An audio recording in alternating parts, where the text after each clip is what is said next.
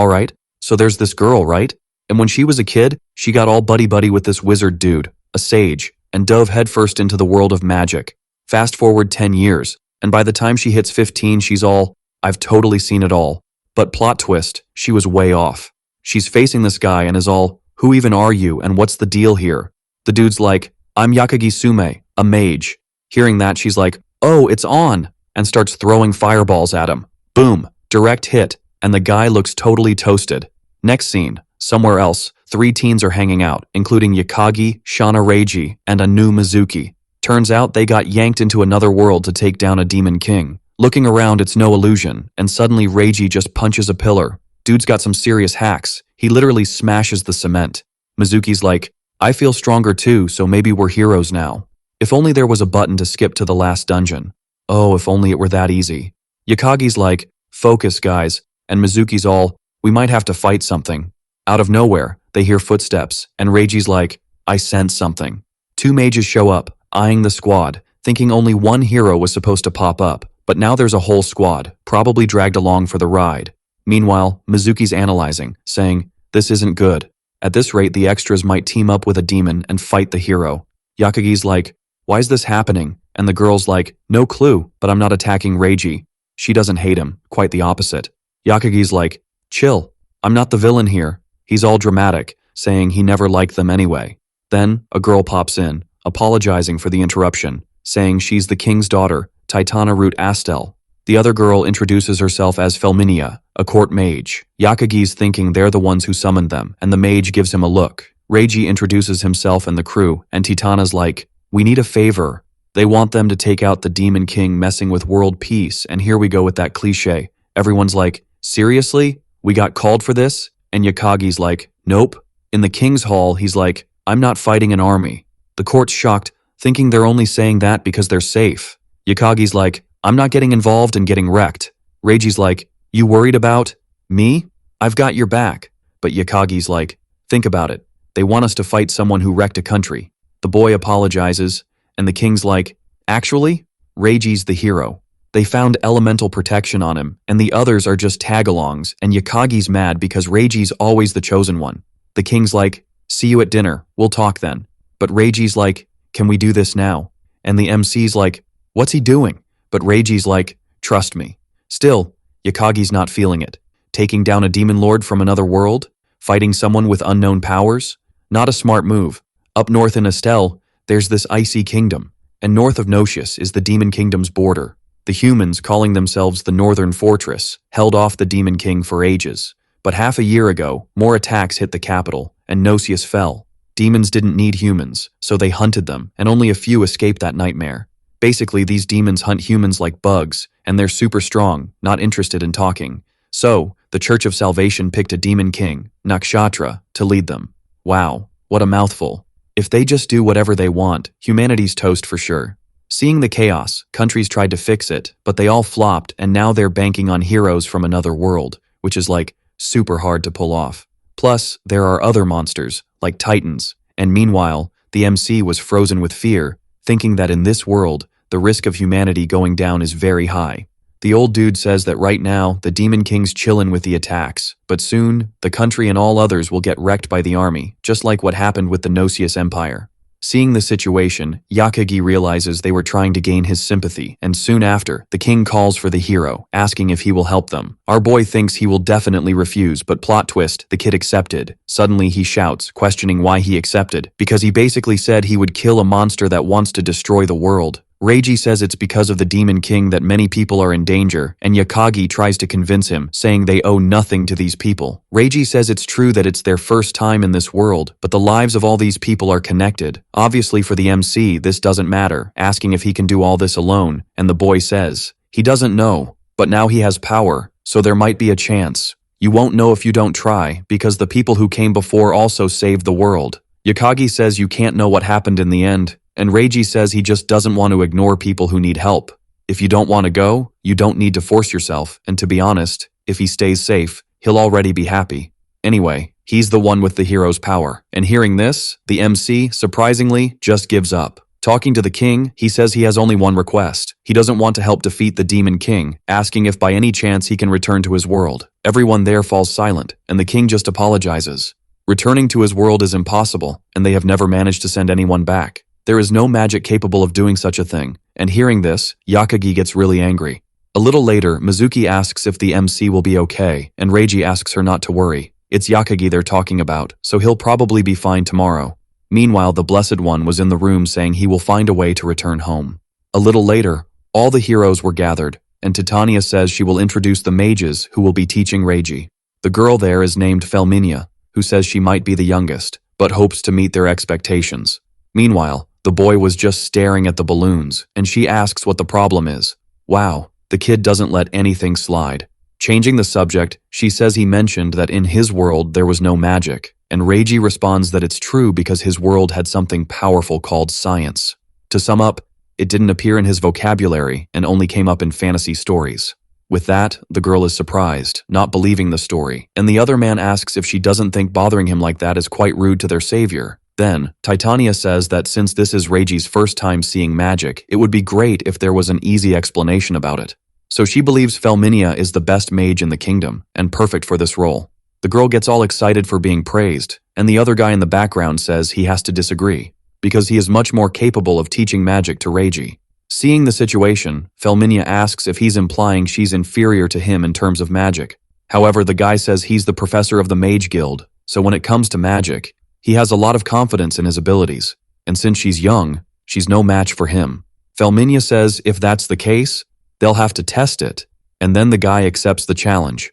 Now they'll see who is superior in magic there. The guy launches an earth spike and tells the hero that this is magic, a skill where power is released by the movement of magical elements that make up this world. Thinking about the earth, he could also do the same thing. However, Felminia says that the hero came from a world without magic, asking if he really thinks he will be able to learn magic about the elements that way. Raising his hand, he casts a fire spell, throwing it in the direction of the mage. The two in the corner were just chilling, and Felminia is all about how elemental power is the ultimate creation power, bringing loads of cool stuff. Basically, if you can imagine these tiny things well, you can totally tap into all their power. All he's got to do is think about the magical power bursting inside him. Out of nowhere, a mage jumps up, saying it ain't over yet. Felminia tries to shield Reiji, and the dude, not giving a hoot, just hurls that stone spear. Right then, the girl calls up her flames again, blocking the attack. Dang, she's got some serious skills, huh? A bit later, Reiji's filling Yakugi in on everything that went down, saying he should join too. But for the kid, that's a no-go, asking if he forgot about the scene he caused in front of the king. Soon after, Mizuki pops up, saying Felminia's a teaching whiz and the youngest mage in the court. At just 15, she cracked the magic code and is the court's rising star. Hearing this, the MC's all shocked, right? 'Cause such a young girl pulled off all that. Wondering, right, if Reiji can pull off those epic spells too. In that moment, the kid stretches out his hand and, whoa, the dude can already cast a fire spell. Yakagi, all surprised, says he's totally the hero, and Reiji's like, he's also picking up some sword and martial arts skills. Then, Mizuki's like, afternoon training's about to kick off. So, Reiji says, bye, telling the MC not to just hang there and at least take a stroll. Leaving the room, the MC later grabs some books, thinking he's stoked because now he can read about the hero's summoning power. But as expected, those books are kinda meh on useful info, so he's gotta take a walk to dig deeper, and a bit later, the kid's wandering the halls, saying he hasn't been busted yet. If you ask, the citizen, well, does a place like this have such weak security? In that moment, Yakugi looks around and, oops, the kid's lost. Now he's really in a pickle. He says he's heading out to meet someone and suddenly bumps into another person. Calling her, the girl there is Felminia, asking what he's up to. Yakugi mentions he was just strolling, and she says if that's the case, it'd be better if someone tagged along. The MC thinks he literally found the worst person to bump into now, and she later says she'll show him back to his room. Switching topics, she asks why he bailed on defeating the Demon Lord. The hero's his buddy, and even so, he bailed, unlike the other girl. In that moment, the MC says he just doesn't want to be in danger, and that's why he opted out. And hearing that, Felminia even changes her expression, calling him a despicable dude. Wow. Free roast session, huh? He's letting all his pals do the heavy lifting, so he doesn't deserve to be the hero's buddy. However, Yakugi asks if she doesn't think it's normal to refuse this kind of thing. They got dragged to a place they don't even know and were asked to fight, and normally, the most normal way to react was literally to refuse. Felminia asks if that's the case, even though he was summoned as the hero, but for the MC it doesn't matter cause he was just caught in this chaos. Hearing this, Felminia says she gets his point, but still wants to know if he doesn't owe anything to the hero and Mizuki. He could have pitched in somehow, even without the power. Hearing this, the MC's surprised, right? Thinking she was just about her ideals, but she seems cool cause she's thinking a lot about her friends. Soon after, our hero apologizes and the girl, annoyed, asks if he was even listening. Yakagi asks her not to shout cause it'll bug the people around. Then, realizing what she did, Felminia apologizes and will find a way to fix her attitude. Our boy asks what she's gonna do then and suddenly the girl bows on the ground. However, he doesn't get it cause it wasn't her who moved her body, asking what the MC did, who responds that he just stood there. The girl's all tangled up in her clothes and the MC, having no other choice, tries to help. Untangling her, he grabs a cloth to clean and the nervous girl asks what he's doing. Yakagi says she seemed to be struggling, so he just helped. If he just left her like that, it'd be a total waste of her pretty face, so he tidied her up a bit. Hearing this, Felminia gets all flustered, but then she's like, I've got stuff to do, no time to waste. After showing where the MC's room is, she bounces, and meanwhile, Yakagi's thinking he really wants to find the room where they got summoned. Soon after, that annoying girl pops up again, saying she'll come back and repay the embarrassment he caused her 100 times over. The boy's clueless but leaves thinking he'll just keep searching. Felminia, strolling through the castle halls, was all embarrassed thinking she'd shown her soft side to that person. She was still thinking about the MC calling her pretty, like, seriously, has she never been complimented before? Felminia thinks leaving Yakagi alone without anyone to guide him was kinda rude, so she decides she needs to apologize and heads to the boy's room. But when she gets there, he's gone, and there are some books on his bed. Meanwhile, in the summoning room, our boy's there saying he'll test this little thing once more. Elsewhere in the castle, a soldier's patrolling the corridors, doubting anyone's dumb enough to attack the hero's crib, wondering why they need to protect a hero who can go toe-to-toe with the knight's leader. Entering another hall, he asks if anyone's there, eyeing some statues. That's the summoning room, but the soldier checked it a few minutes ago, thinking there might be an intruder, but nah, a magical security tool would have caught that. As he starts to leave, Yakagi's under the statue, like, how did the soldier not see him? The desperate boy's like, that was close, but figures the soldier will forget by tomorrow. Suddenly the armor behind him disassembles, and Yakagi's like, that wasn't there last time. Checking out the gear, he thinks it absorbs magic from the surroundings, and its defense isn't bad either. Luckily, it's not strong enough to be deadly. Standing up, Yakagi says he's gotta fix this thing, but then it starts moving on its own. The armor goes back to normal, and Yakagi thinks the problem's the magic circle in the summoning room. Messing with the seal again, he thinks the technique still seems sketchy. The outer circle's for support and amplification, and none are for protection. To make it worse, they haven't finished the magic circle yet, wondering how he could get back home. A few minutes later, in the audience room, the king says Yakagi and the hero are VIPs and can't be harmed. But the girl mentions, as she said before, the MC's acting kinda weird. He's always in his room, and when he's out, he's grabbing books. And the king says since he can't go back to his world, he's trying to learn about this one. Then, Felminia says there are signs he entered the summoning room with ease. Even though the boy said there's no magic in his world, the day she met him, she felt him using it. To sum up, the MC definitely used some power, and if they let him roam free, it could mess with the kingdom's dignity. If that's the case, they should stop him. But the king says no need, as long as he doesn't mess with the kingdom. So far, the boy's only into history books and maps, so no biggie. Same for the summoning room. But Felminia says if they let him do whatever, it could hurt his majesty's rep, but the king's like, I don't care. Switching topics, he asks if she's thinking too much about the MC, and she gets all embarrassed. Anyway, the girl for now will stop bugging our boy. The king's happy this mess is over for now, saying it must be tough being a genius. Then, a hooded guy shows up saying he's got something important to discuss. Specifically, it's about Yakagi, and on the other side, in the summoning room, the girl's surprised by something. The armor's totally busted, and the hooded dude's saying Yakagi's been sneaking around the castle, worried he might be plotting against the king. It's just a hunch, but it seems like he's scheming something since he can't bounce back to his world. A bunch of her anti-intruder gadgets got wrecked, especially near the king's hangout spot. Felminia hears this and is like, no way Yakagi did all that, deciding to keep it on the down low from the mage squad, cause if that's true, she's gonna handle it herself. She's already spilled a lot of tea lately, giving props for all the help.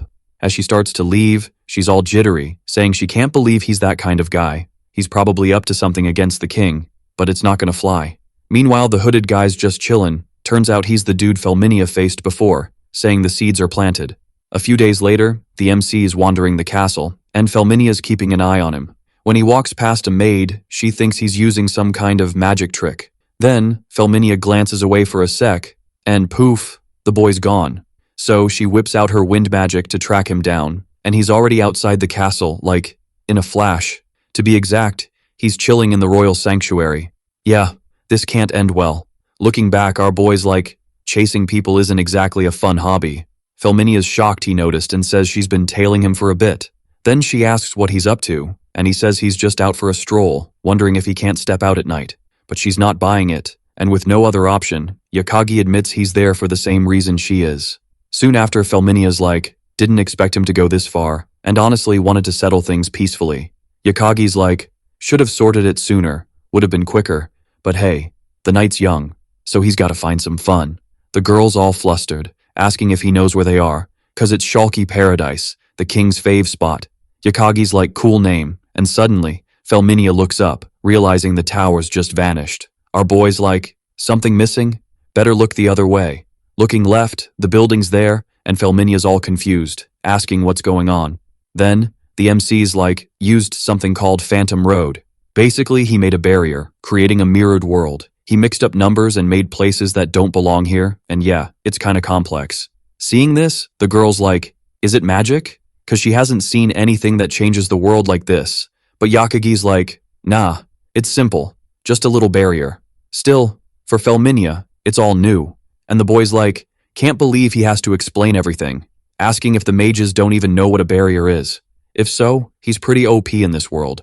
Anyway, he explains it's a different place he made with magic, and even if he did something, no one would hear.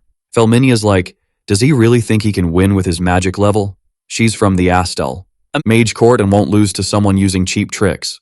So if that's the case, she'll show him the flame of truth of magic. Casting a spell, fire everywhere. Whoa, she's really bringing the heat now.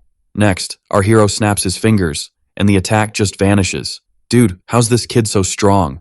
Neither can believe it, and Felminia's like, why'd her magic disappear? The MC's like, thought that flame was dangerous. But it's just regular fire with extra oxygen. His flames have no curses, no deep meaning. If magic doesn't have a cool backstory, it's weak. And if he were her master, he'd teach her the basics. And Felminia asks what's missing in her power. The MC, a bit annoyed, says it's literally everything, 'cause all she does is throw out a flame. The girl's just standing there, totally clueless, while Yakagi whips up a magic circle out of nowhere. Felminia's all, how'd you do that? Who even are you? But the MC's like, chill, I'm just a regular dude. Just turned the technique into an enchantment, no biggie. He's thinking, do I really gotta explain everything from scratch? What's up with this world's magic? Basically, he made a magic circle and fired up some magic he'd done before. No way she can call it fake, she literally saw him do it right there. If she can't handle the truth, she's not gonna make it as a mystery scholar. Making magic simple is key in a fight, and Felminia's like, we've got stuff that doesn't need enchantments too. Yakagi's eyeing the magic circle, asking if this is top-tier magic for them. Obviously, big spells are a whole other level, asking if that's impressive to her too. With a snap, the dude's surrounded by a wind aura. Felminia's just staring, can't believe it, 'cause he did it without saying a word. Our hero, totally bummed, cranks up his magic, saying he's done answering questions. Poor Felminia, she just wants to know what's going on. 'Cause the guy in front of her, compared to heroes or even the Demon King, is way more powerful. Then the MC's like, oh, by the way, I'm Yakagi, a brainy mage from modern Japan, hunting down the mysteries to crack this world's logic. Dude's a legend, right? Suddenly, Felminia's casting a fire spell, and the MC just blocks it with his magic circle, all chill. But she's not done, throws another fire burst, and the MC moving in, just cancels it out, no sweat. The poor girl's mind blown, 'cause Yakagi's juggling all this magic at once. He's like, you lost when you couldn't cast what, you thought this was turn-based? Pulling something random from the magic circle, the dude literally summons a sword. Then, Felminia chucks some pebbles at him, and Yakagi just slices through them like butter. The girl's baffled, saying he's a mage but can still wield a sword. He's like, what's the big deal? In my world, close combat's a thing too. Activating 3 magic circles on the sword, he's thinking long spells are so last season. A few minutes later, Felminia's wiped out on the ground, and Yakagi's like, it's not over yet. Suddenly the ground's shaking, and Felminia looks down to see a massive magic circle. Man, this guy's wild. There's an even bigger magic circle in the sky. Yakagi's like, better shield up with everything you got, and then light starts raining down. After all that chaos, the poor girl's got no chance. Yakagi, pointing his sword, says he won, asking if there's any issue with that. But the poor girl just wants to know if he's a monster, cause even with all that power, he won't fight the Demon King. Our hero's like, told you before, numbers decide the game.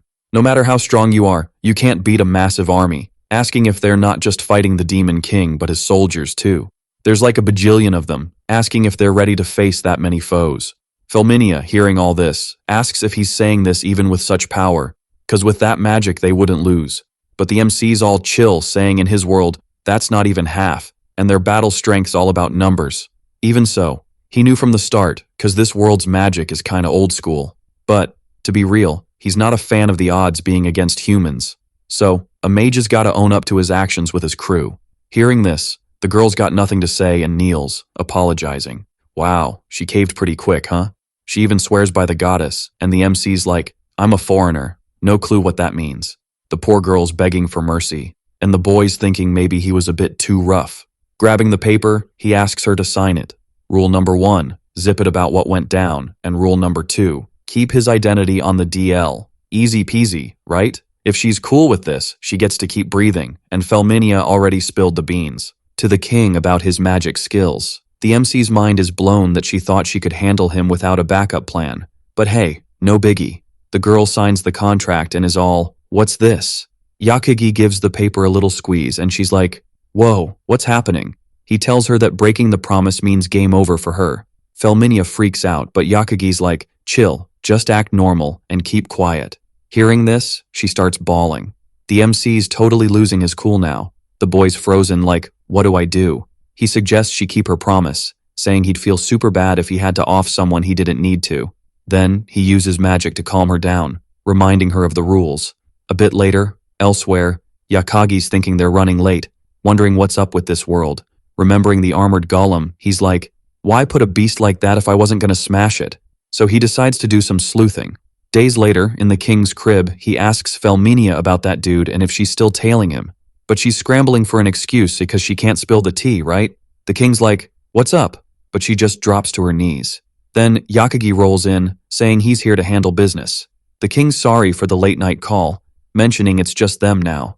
Switching gears, he asks about Yakagi's outfit, and Yakagi's like, it's my world's uniform, one of the few things I've got. He also wants to say sorry for the chaos he caused. The king's surprised, saying it's cool, nothing to forgive. He's curious about Felminia, wanting to know what Yakagi did to her. They lock eyes, and the MC says she didn't spill anything, yet the king figured something out. Turns out she found out he was a mage and used the chance to keep her quiet.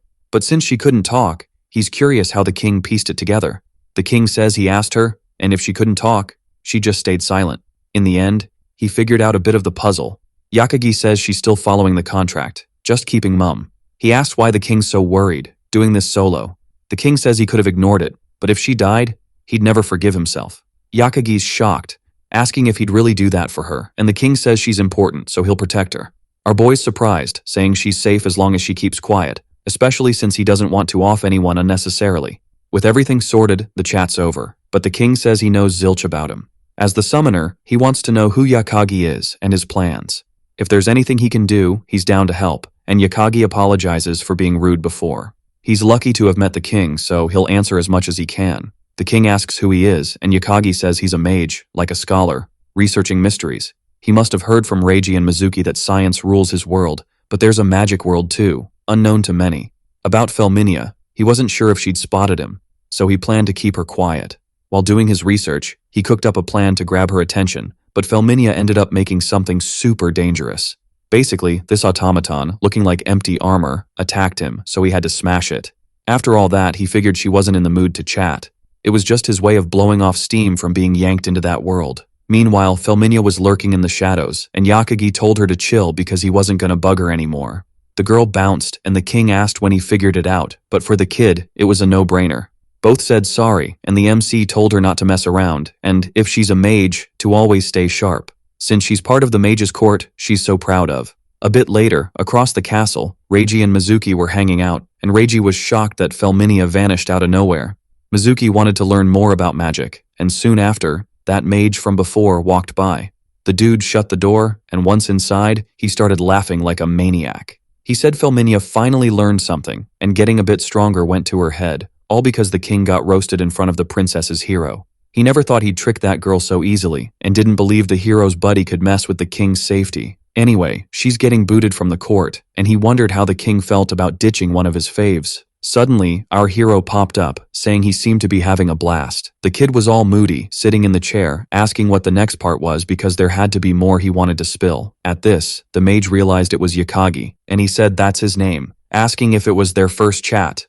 The dude, totally confused, asked how he found him there, and Yakagi said it was a piece of cake, just used a magic trick like the one on Felminia. And introducing himself again, he said his name, promising to clear things up with his modern magic. Boy, this guy's got skills, huh? He said he got a grip on the whole situation, but thanks to his big mouth, he already pieced everything together. So he'll just use his plan to tidy up his mess as an excuse. Plus, he wanted him to stop acting clueless, since the king's already in the loop. He almost caught him before, asking if he was the one who made that armor golem, but it's an obvious mage playing dumb, saying he doesn't know what he's talking about. Yakagi said the one who did that was his master, and the mage, shocked, asked how he got so much info, and our hero said again that the king was already clued in. Wanting to off him is pointless and just a headache, but it was expected that this would be his first revenge plan. Seeing what's up, the dude asked what he wanted to do with him, but the MC said nothing. After all, that right belongs to someone else. Felminia showed up, gave the dude a glare, and said she couldn't believe he did all this. The MC, just watching, said she was his special guest, and it seems the tables have turned, right? Felminia, fuming, said someone who hurts others for no reason, just out of envy, doesn't deserve the mage's court title. Suddenly the dude bolted, and everyone chased after him. While running, the MC noticed something was off, and the girl said she needed to apologize to him. Even if it was just a bit, she caused some trouble. But Yakagi said not to sweat it because he already cleared up the misunderstanding, and it was his bad for wandering around trying to find a way home. There was also the fact he tricked her before. He apologized for treating her poorly and totally misunderstanding her. Putting that convo aside, Yakagi and she kept chasing the dude. Meanwhile, on top of a tower, there was that guy with a weird look. This is where the MC's squad got summoned, and he filmed him showing up there, saying there's nowhere left to run. But the dude seemed pretty sure, still asking if he thought he left him with no escape by coming there without a plan. Raising his hands, a magic circle suddenly appeared on him. Dude was legit bringing something wild into the world, and you just know it's gonna be a hot mess. The mage was super ticked off, claiming she stole his thunder by summoning the heroes and made him look like a total noob in front of everyone, and now she's gonna pay big time. Meanwhile, our hero's just chillin', saying she ain't the only one who can pull that off. Right now the top priority is to shut him down, but, bummer, in his current state, he can't swing it. Looks like there's some epic shield against spells in the magic circle and any outside damage. In this sitch, trying to stop it by force is a major no-go. He used the magic circle to yank people from another world, basically a forced summoning. This rips open a hole in a world or dimension, and when it happens, a resistance force pops up, and if they stop it by force, that force is gonna hit them hard. To sum it up, the least that could happen is the whole castle area going boom. Felminia's not buying it, and the MC says what's crazier is only one person can work this magic circle trick. What he summons depends on his magic power, and it's chill if he doesn't call up something massive. Suddenly, Felminia gets a light bulb moment, and a glow wraps the whole place. At the same time, there's a big boom, and right after, Yakagi says he aimed the power up so it probably wrecked the nearby rooms. The boy's hugging the girl, and when she looks down, all she sees is this giant monster. Man, trying to figure out if it's a chicken or a lion or what. Checking out the scene, Yakagi says it's a Class B beast, totally unexpected. Felminia freaks out, realizing they're actually flying. Yakagi's a bit lost, but then remembers flight magic isn't a thing in that world.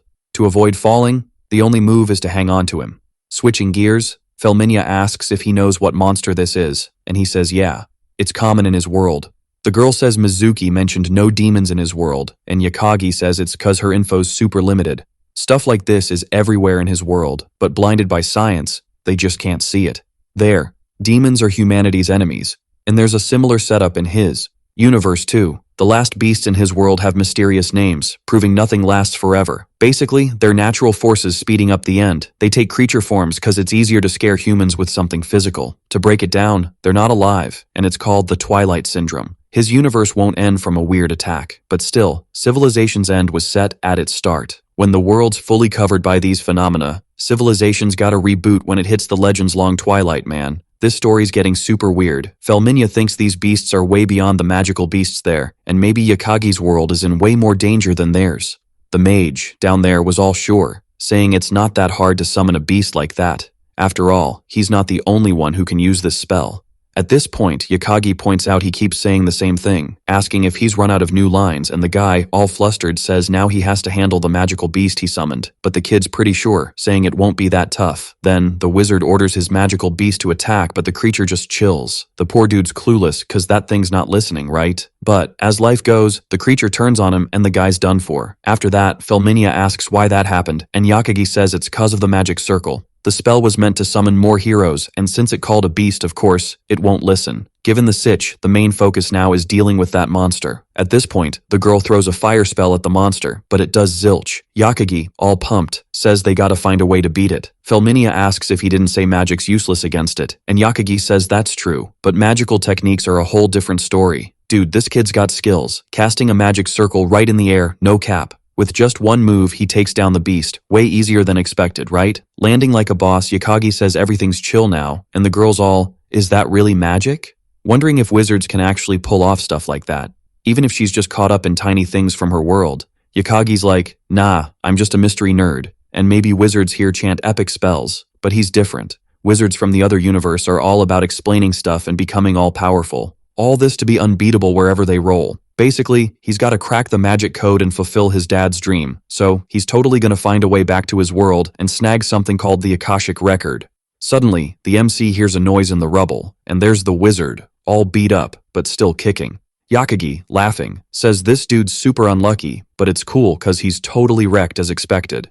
Meanwhile, the mage is all hyped, saying it's wild he used those moves to beat the monsters. A few minutes later, other soldiers show up, and Felminia's like, let's keep this on the down low. No one needs to know what the kid did. Then a soldier's like, what happened? And Felminia's all, the last wizard went rogue, so we handled it. Asking to spill the tea to the king ASAP, and Yakagi's thinking she's kind of fibbing. With everything sorted, the soldiers handle the wizard, and the MC's shook she fixed it all. Thanking for the help, she's all smiles, and the kid's still clueless. Felminia's like, we should bounce back to the castle soon. Gotta tell the king, right? Later, at the capital's gate, the hero squad's on the move, and Yakagi's chill. But Reiji's like, nah, I'm low-key stressed. Maybe saying yes was a bad call. Even if he's the hero or not, the demon army's still coming, and they gotta figure out how to fight. He's not sure about anything, so they'll face tons of baddies now, and when the time's right, they'll beat the Demon King. Then the MC's like, what if someone else beats the Demon King if you bail? Reiji's surprised but says they can't move forward with that mindset. He thinks if he doesn't step up, he'll end up toast sooner or later. Yakagi just laughs, saying he's always diving into stuff unprepared. He doesn't hate this side of him, but he should think more about the enemy this time, cause it's a whole new level. But for Reiji, he's already mentally ready. Our boy says if he's doing this just to survive, there's nothing more to say, just don't do anything wild. Switching gears, Reiji asks if Yakagi's cool cause he ticked off that Imperial Court sorcerer. As far as he knows, during the chaos, the MC was nearby, but the kid's like, not really. Anyway, the kid's glad nothing happened, and Yakagi mentions the ritual site's toast. But for Reiji, that's whatever, cause what matters is the MC's safe. Yakagi gets all shy and asks if he's brave enough to say that now, and the other girl's sorry for the castle crew's drama. But Yakagi's like, no worries, Felminia had my back before. Then Reiji asks what's next, and he's like, thinking of ditching the castle. No solid plans yet, just wants to live outside. Reiji's surprised, asking how he'll make it, and Yakagi's like, I'll find some gig. Then the princess says if he stays, her dad's got his back, wondering why he wants out. Yakagi says that's true, but he still wants to leave. And the princess says there's no upside to leaving the castle. So, the kid's feeling a bit awkward in the castle now, huh? But Reiji's not buying it. And the MC's like, chill dude, you trying to start a scene before we bounce? Cause seriously, that's just gonna mess things up even more. Mizuki's all, you gonna be okay? And he's like, got a plan. Gonna sell some books, no biggie. Tells her not to sweat it and asks if she should be more worried about herself. But she's like, nah, I'm good. Learn some magic tricks. Then Yakagi's like, you sure taking on the Demon King's a smart move? And tells her not to sell herself short, cause she's got magic skills and can back up Reiji. And Yakagi's like, if we're talking magic, the princess should be the MVP, but what's up with her being a daughter? Princess is like, dad's got the country covered with his crew and my bro. Basically, she's on a mission, doing her thing. No matter how OP Reiji is, he can't solo this. So, she's the chosen one, and she's all in. Hearing this, our boy's like, whoa, and apologizes, asking her to watch over his buddy, and she's like, We're all squad now, no worries. With that sorted, our hero peeks at Reiji, wondering if he's still homesick, but he knows the deal, right? Cause sometimes Reiji's sky-gazing, deep in thought, while Mizuki's having a cry fest in her room. Neither of them seeing their fam again, and nobody knew that was the last day. Thinking it's too harsh for them, he can't let it slide. Somehow, he's gotta find a way back home. Then Reiji spots our boy looking all serious, asking if he's bummed cause they're leaving, but the kid just cracks up saying he seems chill. They say their goodbyes, and Yakagi's determined to prove that everyone can be saved, he'll find a way back. All this, right? For just the two of them. Then the princess is like, let's roll, and the squad hits the road. A soldier in the back's green with envy, and the MC's just watching, kinda annoyed.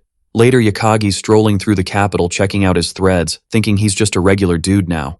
Wondering if he should hit up the Adventurers Guild. He strolls the streets like a boss, but cash is still a mystery. The kid literally bumps into an old dude with a money bag, saying it's from His Majesty. Normally, someone with his vibe wouldn't get such a sweet deal, and our hero's like, my bad. In the end, he takes it, wondering if the king's trying to be pals even with him. Reading the letter, he's hoping the king's just being nice, but feels it's a setup for future favors. Either way, he needs cash now, and it's not like he can say no. Later, our boy's chilling at the Adventurers Guild. Sitting there, some rando asks if he's been there before. Yakagi's like, first time, and the girl's like, same here, wasn't sure if this was the line to sign up. MC's like, there's gotta be a mix-up. There's a different line for mission takers. Asking if she's looking to be an adventurer too. She admits it's kinda awkward, but fighting's her only skill, and she thought it'd be a good gig. She introduces herself as LaFeel, asking if she can know his name. MC gives her a look and she apologizes, saying he must think it's weird she just popped up, but she's got a reason. Not long ago, she was at the Church of Salvation and got a message saying she'd meet someone nearby. That's why she's trying to get the names of everyone who comes near her, and Yakagi, watching the whole scene, thinks it's kinda sus. She agrees, but says someone who notices that is even more sus, but she's chill with it. She can't believe her usual prayer led to this, and time just zoomed by. Yakagi's shocked, asking if she's been at it all day, and she says he's the 10th person. Plus, some folks thought she was hinting at other stuff, but the dude thinks any guy would feel that way if a pretty lady like her started chatting them up. Switching gears, she asks for his name, and he says he's Yakagi. He asks if these church messages happen a lot, and she says she's a regular churchgoer, but hearing a message is rare. She mentions how a group like the Church of Salvation can drop messages that could shake a whole country. Honestly, she wants to know what the goddess is thinking because it's a total mystery. Then, the guild attendant calls her, and she thanks him for the chat. Yakagi waves back, and a few minutes later it's his turn. The girl apologizes for the wait, welcoming him to the Adventurers Guild. She asks if it's his first time since he looks so surprised. Anyway, she wants to know which mission he's signing up for, but he says he wants to join the guild. Hearing this, the girl can't believe it, asking him to repeat, and he says again, he wants to join the guild. The girl really can't wrap her head around it, asking if he knows what the Adventurers Guild is. If he's joking, she wants him out because she's got no time to waste. Our boy's trying to figure out what's going on, wondering if this isn't how you join a guild, or at least not like in mangas. Suddenly a buff adventurer shows up asking if he said he wants to join the guild. If he leaves now, he'll pretend it was just a bad joke. But Yakagi's not backing down, saying he wants in. The adventurer asks if he thinks his scrawny self can fight at his level. And our boy, without missing a beat, says yes, asking if there's a problem. Whoa, the boy's looking for a fight, and he found one, all right. Soon after, the guild attendant tells them to cut it out because it's not a place for a kid who can't even wield a sword. He tries to argue, saying he's fought before, but then he kinda gets it. The guy's staring him down, and only now does the boy realize he changed his clothes. The adventurer asks if he's really confident in his strength, and Yakagi says if he wasn't, he wouldn't be there. The guy gets even more worked up, saying if that's the case, they'll test it. The guild girl tries to stop him, saying guild members can't use violence on regular folks, but the guy says this isn't pointless violence, and the rule doesn't apply to just anyone, and if this guy wants to join, he's not just anyone. So it's cool to test him right there, and Yakagi thinks there's no rule against it, since magic's a thing here. Plus, it's not really dangerous. At this point, the adventurer loses it and charges at Yakagi with his sword, but Yakagi blocks it like it's nothing. Man, even the guild attendant's confused, and the guy's on the ground with a busted nose. He asks what Yakagi did, and Yakagi says it was just magic. The attendant's shocked he used magic without saying anything, and the boy apologizes for not introducing himself as a mage. Meanwhile, everyone's watching, surprised he's a mage with that look. Then, the boy asks the guild attendant if she doesn't believe him, and she says it's not that, but he doesn't have a staff. But the boy's tough, right? He doesn't need that stuff, and the attendant says when he needs to control stronger magic or resist others, he'll need something like that. He then says using magical items for tricky spells is cool, but for basic magic, everyone should handle it solo, and if you can't, you're totally a third-rate mage. Soon after, Yakagi apologizes to the adventurer for not knowing how important his clothes were. The dude tells him not to sweat it, since he also jumped to some weird conclusions, and hearing this, our hero asks if there'll be any problem registering now. A few minutes later, everything's sorted, and the guild girl says she didn't mean to be rude, but his name is kind of funky. Hearing this, the boy just grins, saying people say that too, while thinking that even in Japan his name is unique. Then, the girl asks him to spill which element he uses, and it's top secret info no one else should know afterward. Our hero gets all thoughtful and then says he thinks he's at least a fire mage.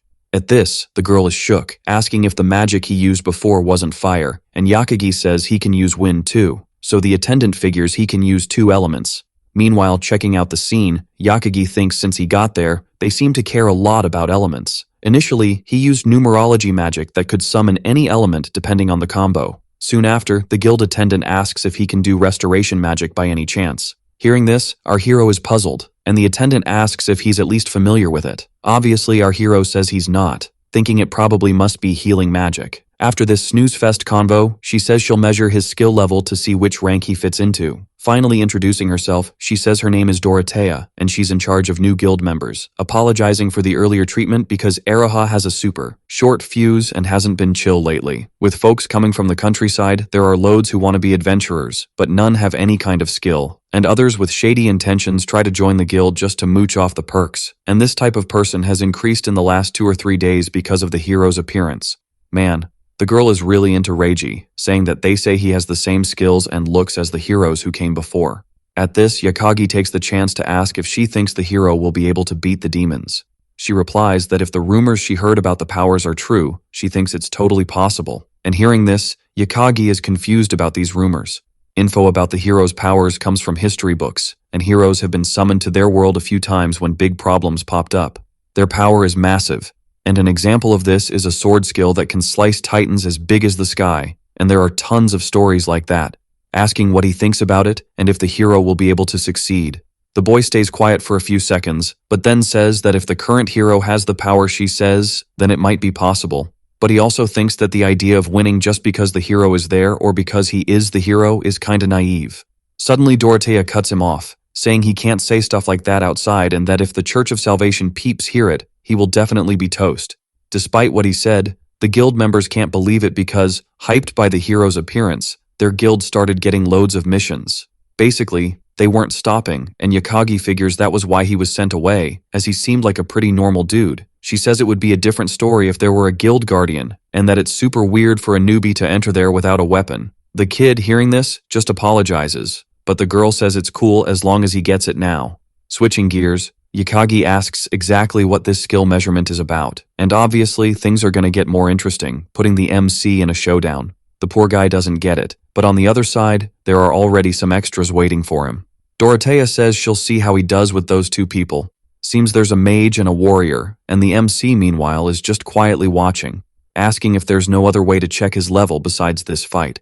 And she asks if, by chance, he knows any better method than this. His guild is one of the best in the country, so it also has a training area.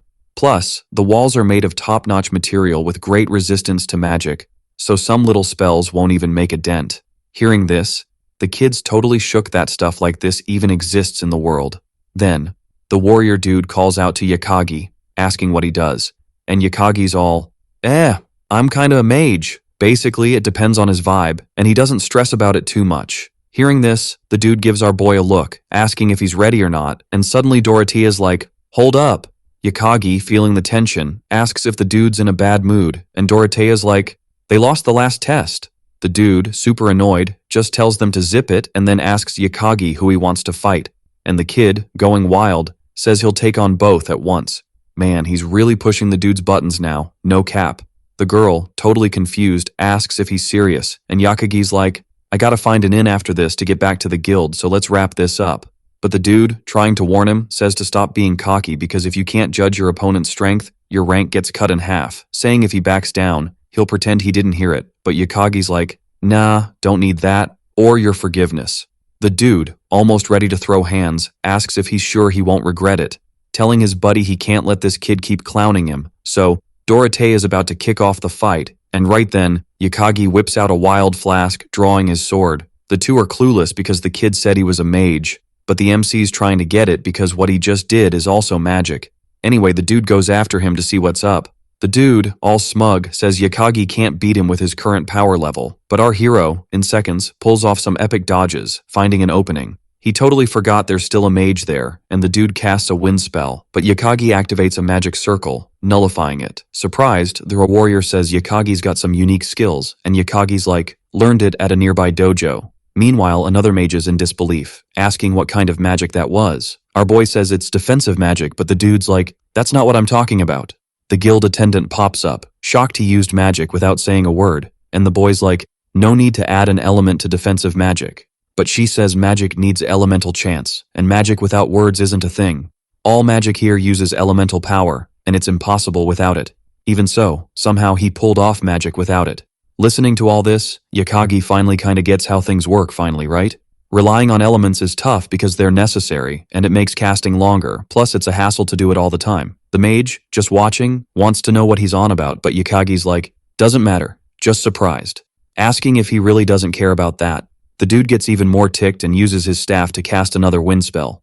Obviously, our boy just makes a magic circle and nullifies it easy peasy. The mage is shaking, can't believe it, and suddenly the other warrior charges at our boy, but in the next second he activates another magic circle, saying an attack like that won't reach him. Dodging the dude's swing, he then pokes him. Whoa, that sounds kinda sus. Yakagi warns again that his magic won't work on him, but the mage tries another wind spell. Yakagi sets up a magic circle to nullify it, but the dude's like, it's not over yet. Man, what a persistent mage. The dude tries to escape the magic circle but fails big time. Suddenly, the other warrior charges at our boy, but he quickly locks him down, saying he's won this time. The dude hits the ground all beat up, and Dorothea can't believe our hero beat both of them. Suddenly, that other girl with the hat shows up again, saying she watched the whole battle. She's also super impressed the boy's so strong, and Yakagi, confused, asks why she's there. She says her registration took longer than usual, and she just happened to see him fighting them. So picture this. Our dude's just chilling at the guild, no weapon in sight, and the girl thinks he's there to make a mission request. The boy overhears and just goes, oops, my bad. Then the guild attendants all, do you guys know each other? And the girl's like, nah, just met him a sec ago. Next thing, Dorothea's hyping up this mage and warrior duo, saying they're super strong, and not many have taken them both down at once. Yakagi's mind is blown, realizing she was the one who did it. No wonder those two were salty before. The guild attendant chimes in, saying Yakagi won in a pretty epic way too. Switching gears, Dorothea tells Lafille she's a top-tier mage and wonders if Yakagi could be her rival. Lafille's like, totally, he's got some wild skills, and Yakagi's curious how he stacks up against the big league mages she knows. The attendant jumps in, saying Yakagi's got mad skills and could be rank S material. Yakagi's like, how does that famous castle mage compare? She says, no contest, she's all about research, can't really compare. Yakagi then asks about Lafille, who thinks he's not all about strength, just curious. The girl admits her opinion's limited, but from what she sees, Yakagi's magic isn't on par with the heavy hitters. The real pros could level a city with one spell. Ouch, she really roasted him there. Dorothea's curious, asking who Yakagi really is. Being so good in fights yet unknown, obviously he can't spill the reincarnation beans, so he just says he's from far away. Yakagi asks Lafille if she's heading to Nephilia, and she says she's planning to study magic there. She's not super into magic yet, so she wants to start fresh. Yakagi's like, all this for magic? And she nods, admitting she never took it seriously before. Dorothea says having her around would be awesome, but it's a bummer she's leaving. Still, they'll have a killer mage on their team, though Yakagi warns he's heading to Krant eventually. Totally crushing her hopes, right? She just lost 2 ace mages. Yakagi apologizes, saying he's got other plans and will also hit up Lafille's city. Krantz pops in, saying he doesn't know when they'll meet again, but hopes to team up. He's got a bounce, but learned a lot from their fight. They say their goodbyes, and Yakagi figures it's cool to let her go since she doesn't seem like a blabbermouth, but one loose end could spell trouble. Wrapping up the chit-chat, Yakagi asks the guild attendant about his rank. The attendant's like, dude, you took down those mages, so it's gotta be high.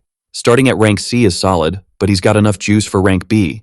Yakagi's shocked. Starting at rank B is huge, and Dorothea says he'll be famous in no time. Yakagi's like, only if they spill the beans, but she says even without gossip, a newbie at rank B is impressive. Yakagi's cool with it, saying he won't get famous. The two in front of him are rank D, and if they talk, the best they could do is be second-rate mages. Man, he's throwing shade. Apologizing for what's next, Yakagi casts a spell, putting everyone to sleep, but one mage stays awake, asking why. Yakagi explains he just wants the right rank and to do his thing. Still, to the dude, it's totally bonkers because for a guild member, their rank decides the kind of jobs they can snag, so why toss that away, right?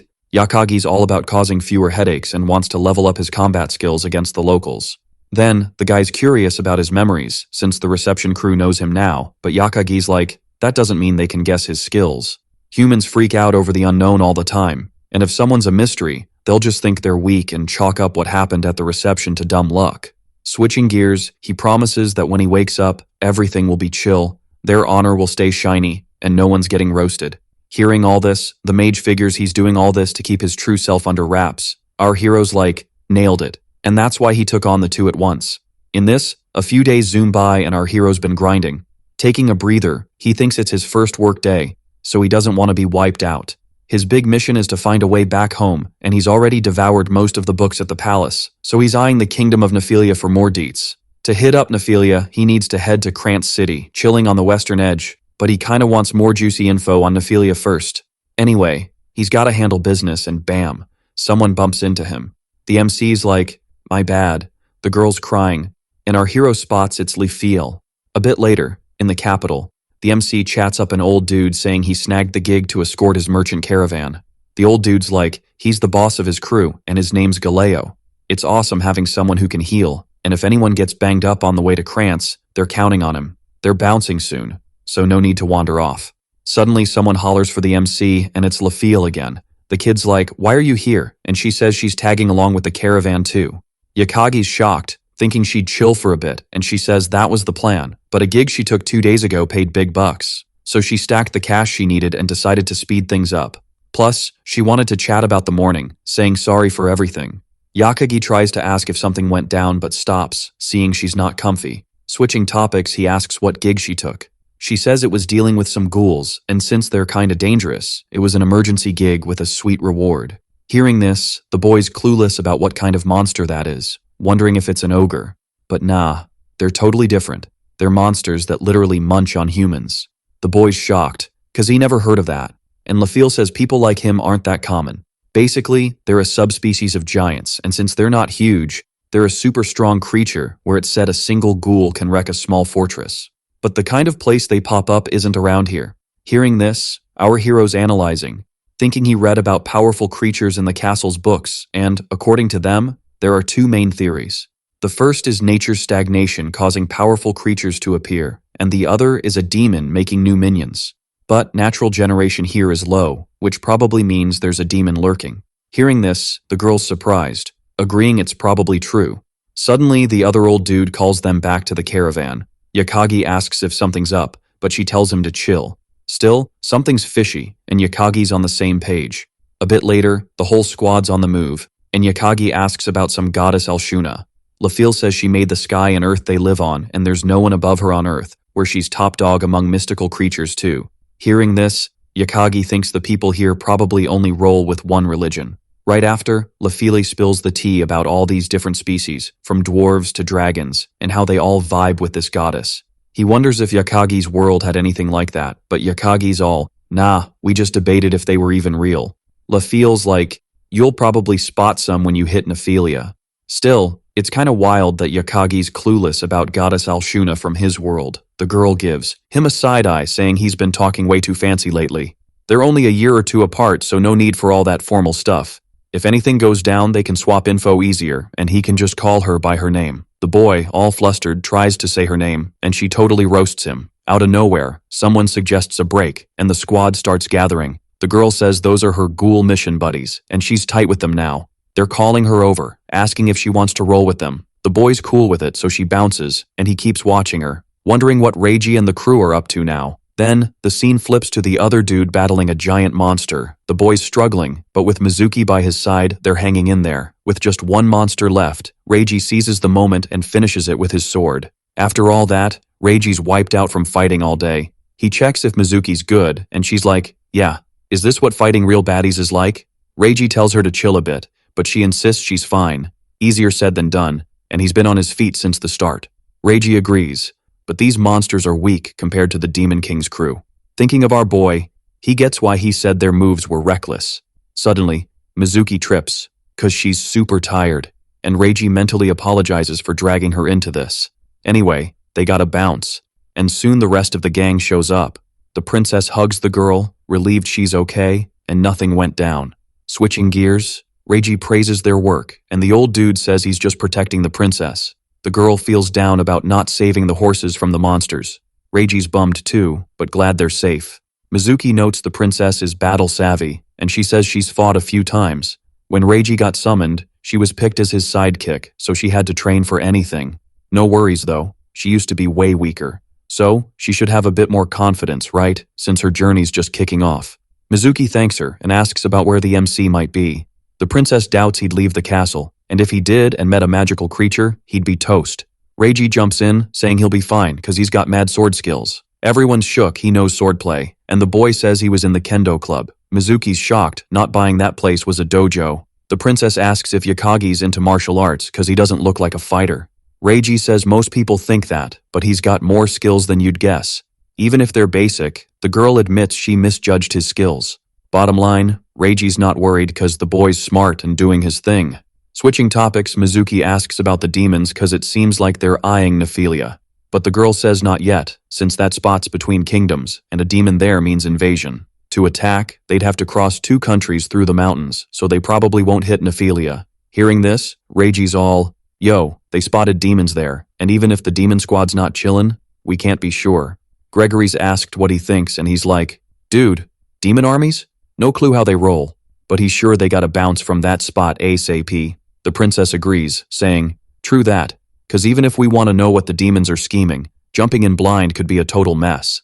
Reiji then wonders if demons are lurking anywhere else besides the north. The old dude's like, nah man, in this world, whenever heroes pop up, monsters always come from the north so they won't be elsewhere. Suddenly, another soldier rushes in, and the girl asks, what happened to your buddy? The guy's all panicked, saying they gotta scram fast 'cause a massive monster mob left the country and is heading their way.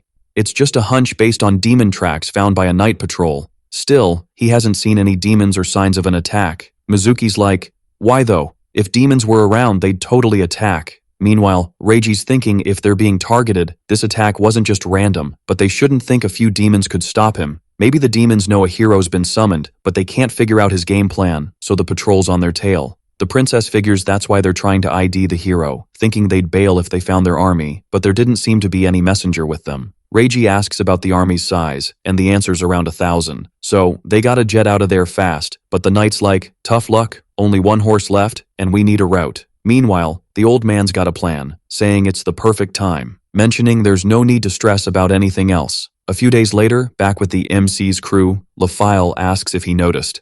The boy glances back, saying kinda, and since they hit this forest, there's been a weird vibe, wondering if there's a magical creature, but nah, doesn't seem human. Lafile's like, nah, prob's a demon. Dude, this ain't gonna end well, huh? Yakagi hears this and says she seems sure it's a demon, asking if it's just a guess. But she's like, nah, I know them, no doubt.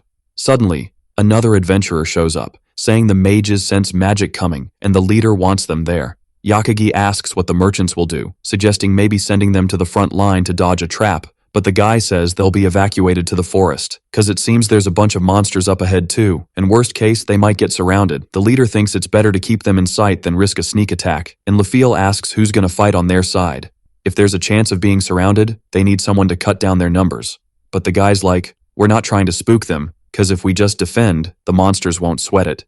Anyway, he's heading back to his post, leaving the rest to them. Lafile mentions she's not sure what's coming, but what she's seeing aren't just any monsters. They're demons, telling them to inform the leader ASAP. The adventurer's shocked, asking how she knows, and she says based on her experience, their vibe's different from regular monsters.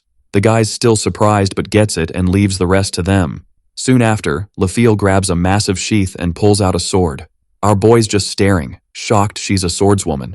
Then, she heads to the front line, saying she's gonna strike first. Yakagi asks if that's cool since there's still some distance to the enemy, wondering if she should chat with the leader first. But she tells him to look around cause the adventurers and soldiers are all about defense, and that's not gonna cut it, so he should join in and attack the demons. All of them, no cap, are out here just to steal and wreck stuff, and if he wants to do something about it, just defending ain't gonna cut it. Hearing this, Yakagi says he gets the risks of just playing defense, but that doesn't mean it's a smart move. Lafille asks if he's saying she should focus on defense, and Yakagi says she probably can't take him on solo. They should bounce and come up with a better plan, but she says she knows the drill and won't sleep on their powers now, asking if the MC can handle all of them, mentioning again that demons are bad news. From the moment they pop into existence till they peace out, they never make a good call, so they gotta find a way to end them all. She won't leave a single one standing and, starting to dip, says that's all. Our boy tries to stop her, but she just thanks him, asking not to stress anymore. The only thing he has to do is watch the cargo. But, duh. It's obvious our boy keeps tailing her. A few minutes later, a squad of monsters rolls up. Whoa, those demons pulled up, huh? Yakagi just chills, waiting for his moment to throw hands. Then Lafille shows up slashing one of them. Whoa, the girl's got mad skills, huh? At this, she says the fight ain't over yet. There are way more of them than last time. Plus, some are still hurt, and they're short on crew. Suddenly, our boy closes his eyes and, thinking hard, realizes there are about 20 of these monsters. The other guy says they can't dip from this spot, so they'll have to face them head on.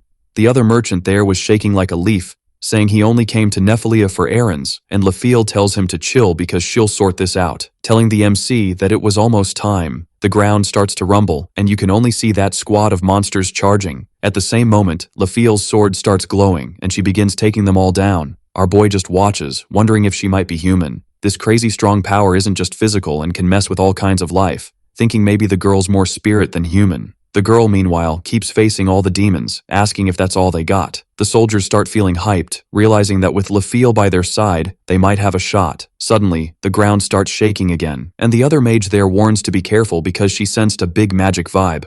More monsters show up. Lafille asks to fall back, and right then, an explosion goes off. Then a different demon shows up. Whoa, this one's beefier than the others, huh? All smug, he says he finally found it. The MC from a distance just watches, wondering about what he had said.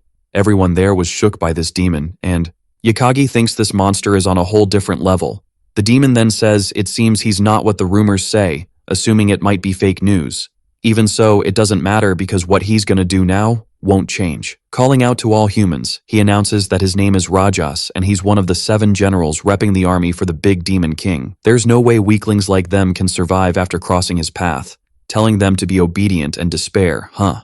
Hearing this, Lafille gets heated and charges at the general. What's this? Just like that? The guy blocks the attack calmly, saying it seems she has some skills. The girl asks if he forgot her sword and, much less, who she is. The monster pauses, thinks, and then says he remembers, asking if she's that survivor from the Nocius army. Seems she dodged death on the road and survived, even though everyone else got wrecked. With that, the girl charges at him, throwing a bunch of strikes, but none of them land.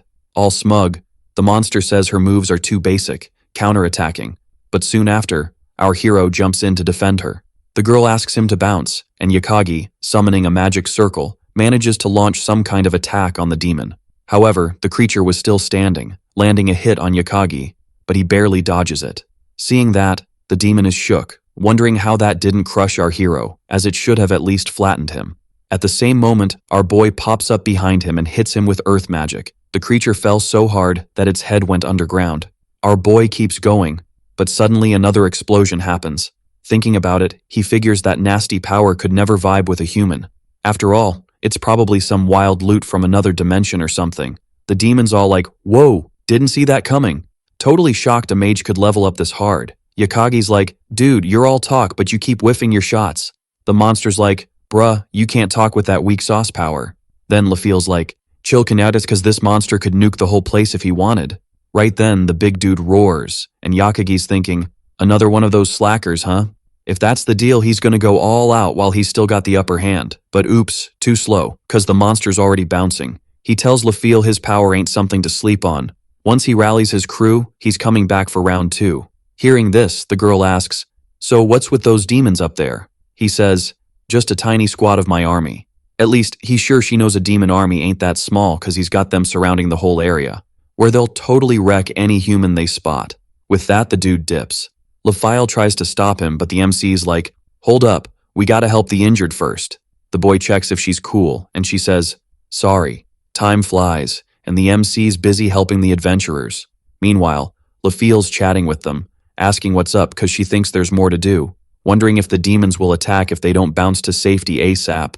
But then, this other dude's all mad saying they got attacked because of her. Probably the demon was gunning for her and caused all this chaos. Then Yakagi steps in to back her up, saying it doesn't add up if she was the target from the start. Based on what the demon said, it's clear he didn't know her past, so she wasn't the target. But the mustache guy's still confused, asking what it all means. Yakagi figures the demon was chasing some intel while after her. The convo drags on, and the MC's like, "This is going nowhere." Suddenly, another merchant pops up, telling everyone to chill. He won't let them brawl, keeping the merchants safe. The adventurer asks why, and the old man says, as the boss, it's his problem. So he's got to put LaFile's safety first. They're demon bait cause of her, and as the leader, he has to step in. Hearing this, the girl asks if he wants her to bounce. The old man says it's a bummer to lose her power, but if she's demon bait, it's the only move. With that, everyone's stoked, she's gotta leave, and there's no other option. Our boy tries to stop it, asking if they're really ditching her here, and the adventurer says traveling with her means more demons. Even if they run into other monsters, it's her issue. Yakagi asks if everyone's on board with this, and they all go silent. The adventurer says Yakagi probably wants the same, and the MC's like, "Nah, never thought that." The dude even jokes Yakagi's crushing on her cause she's cute. Hearing this, the boy's ready to throw hands.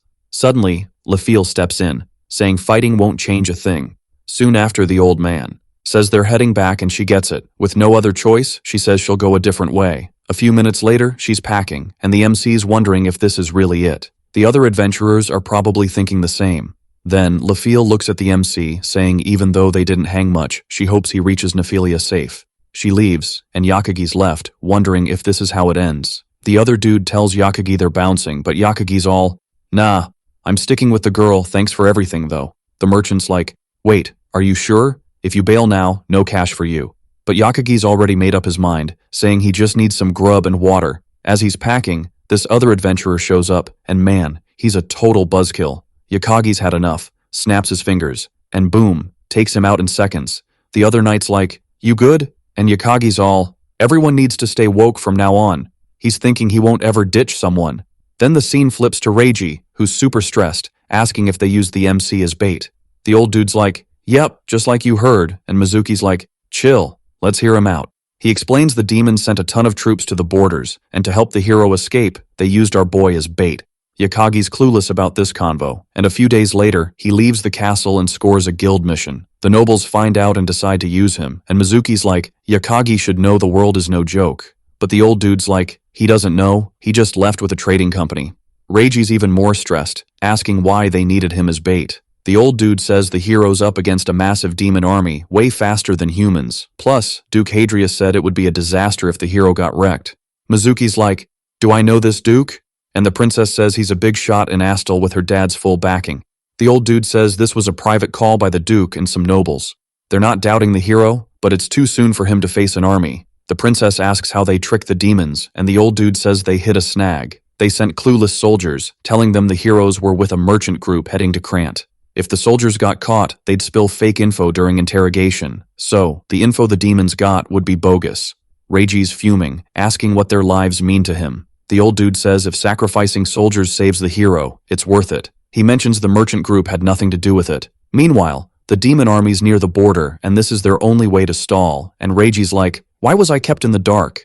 It's clear the dude was ordered to keep it hush-hush, but now it doesn't matter. The report has the trading company's location, and they've probably met the demons. Even if he thinks he can hide, the dude says the demons will search everywhere. The princess asks about Krant's defenses, and he says they've got mercenaries, guild fighters, and a secret relic squad. Reiji's like, no need to use Yakagi as bait, but the old dude says the demon army was almost there. If they don't set up a solid defense, their country will end up like Nocius, and they can't lose the hero, their hope. To stop this, the Duke used all means necessary, and Mizuki's like, this is too harsh. Seeing all this, Reiji's super nervous, asking if there's another way, thinking it's their logic of sacrificing some to save many. Still, it's unfair to do this to someone who didn't even want to be summoned. Suddenly the old dude bows, apologizing for everything. He knows it's unforgivable, but he had no choice.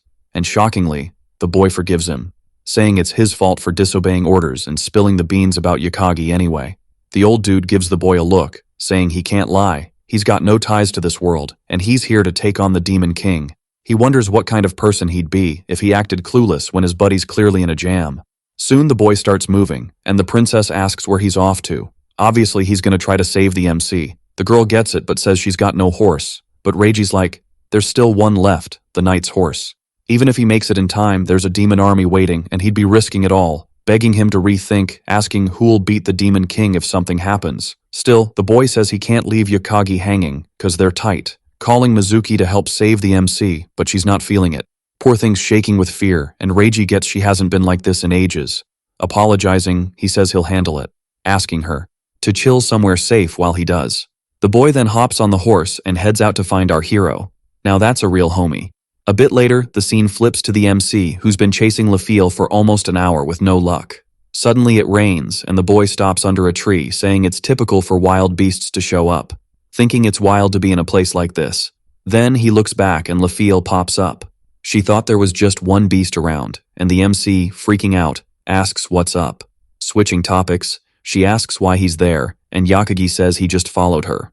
Lafiel says it's risky to stick with her, and Yakagi asks if it'd be worse if she was solo, but she doesn't care. They sit in awkward silence, and the MC later asks if he can know something. Maybe she stocked up on water and supplies, but she stays quiet, saying he probably didn't gather much either. But then, out of nowhere, the boy whips out a ton of food from who knows where, asking if it's enough, and if he's saying the food he's got isn't enough for her.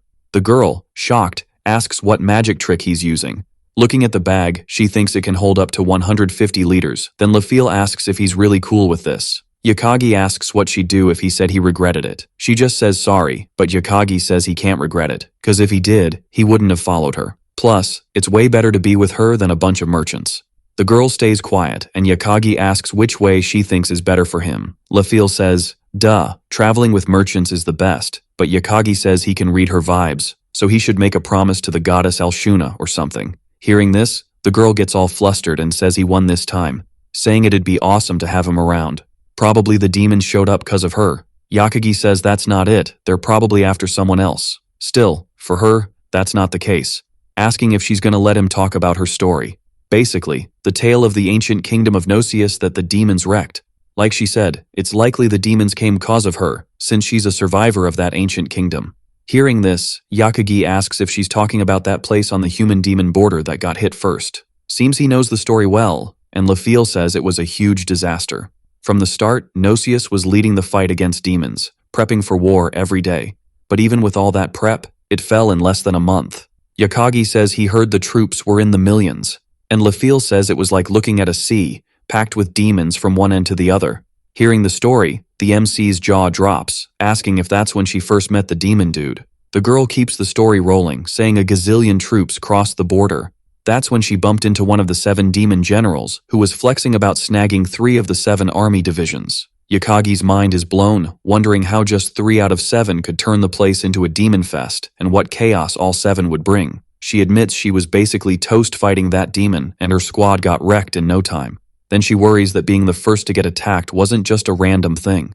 Seeing the sitch, Yakagi asks if she means the spirits. She nods, saying it's always been known as a power to fight demons in her land. Her ancestors are part spirit, part human, and the goddess did this to help humans stick around longer against demons. Plus, the sword technique spread during this time, and this power helped past summoned heroes too. Hearing this, the MC realizes the girl in front of him is on the same hero level as Reiji. She keeps the story going, saying the sword's been in her fam for ages, and she got it from her dad after he retired. Basically, she's been wielding it since she was a kid, wanting to use this power to save and help everyone. But before she could live that dream, she got kicked out of her homeland and became an adventurer, ending up like this. Total bummer, right? Switching gears, she asks about the MC, curious about his story and skills. He says he's just super dedicated. Before, he started from scratch, knowing zilch. Leffel asks what he means, and he says his dad was a man of few words. Only when told to start learning did he actually do something. Learning magic was cool, nothing to hate, but the crazy hard stuff he faced was a real pain. Much later, his dad finally spilled the beans on why. And if that incident hadn't happened, he probably would have taken the secret to his grave. Hearing this, Lafil says it's wild how someone so similar to her exists. Then Yakagi asks what these demons are all about. She explains that back in the day, an evil god fought the goddess Alshuna. This evil god was all about his powers but got whooped by the goddess and elementals, chased through a dimensional gap. Long story short, demons are the evil god's minions, trying to throw the world into chaos and death. Yakagi asks if these monsters' power comes from this god. Lafil asks if he thought of something, and he says kinda. The evil god wanted chaos but couldn't do it directly, so demons got his power instead. Yakagi says a lot of their power must come from this god, like the black aura from demons, which is the evil god's protection. It's not a normal skill, so it defies the world's logic, coming from a being outside this universe. And the only one outside all this is, this deity. His existence was proven when demons used this power. So Alshuna is against the evil god, making goddess worshippers enemies to the evil god. Then, Lafil mentions humans can't team up with demons due to the goddess's blessing. Yakagi figures that's why his magic doesn't work, and mages use elements tied to the goddess and spirits. It's a headache just thinking about all the hoops to jump through for magic that works on demons. Meanwhile, the girl's eyeing the MC, all curious, asking who he really is.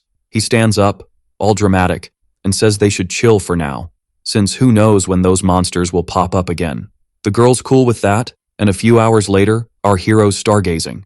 He's thinking, man, it's tough to see the stars here. If he can't figure out their directions, his strongest magic's gonna be like half-powered. Thinking if he can cast area spells and attack like usual, he could totally wipe out a demon squad. But even if his strongest flame attack's kinda nerfed by this demon aura, he's wondering if it's cool to keep going. Soon, the boy looks down and sees Lafil taking a stroll. He's like, where's she off to at this hour? Finding it super weird, he starts tailing her. A bit deeper in the forest, Yakagi steps on something, and it's a piece of clothing. The poor dude's all flustered, and there's clothes everywhere. Oh boy, I think we all know where this is heading. The boy, being a total goof, keeps going and sees something pretty wild.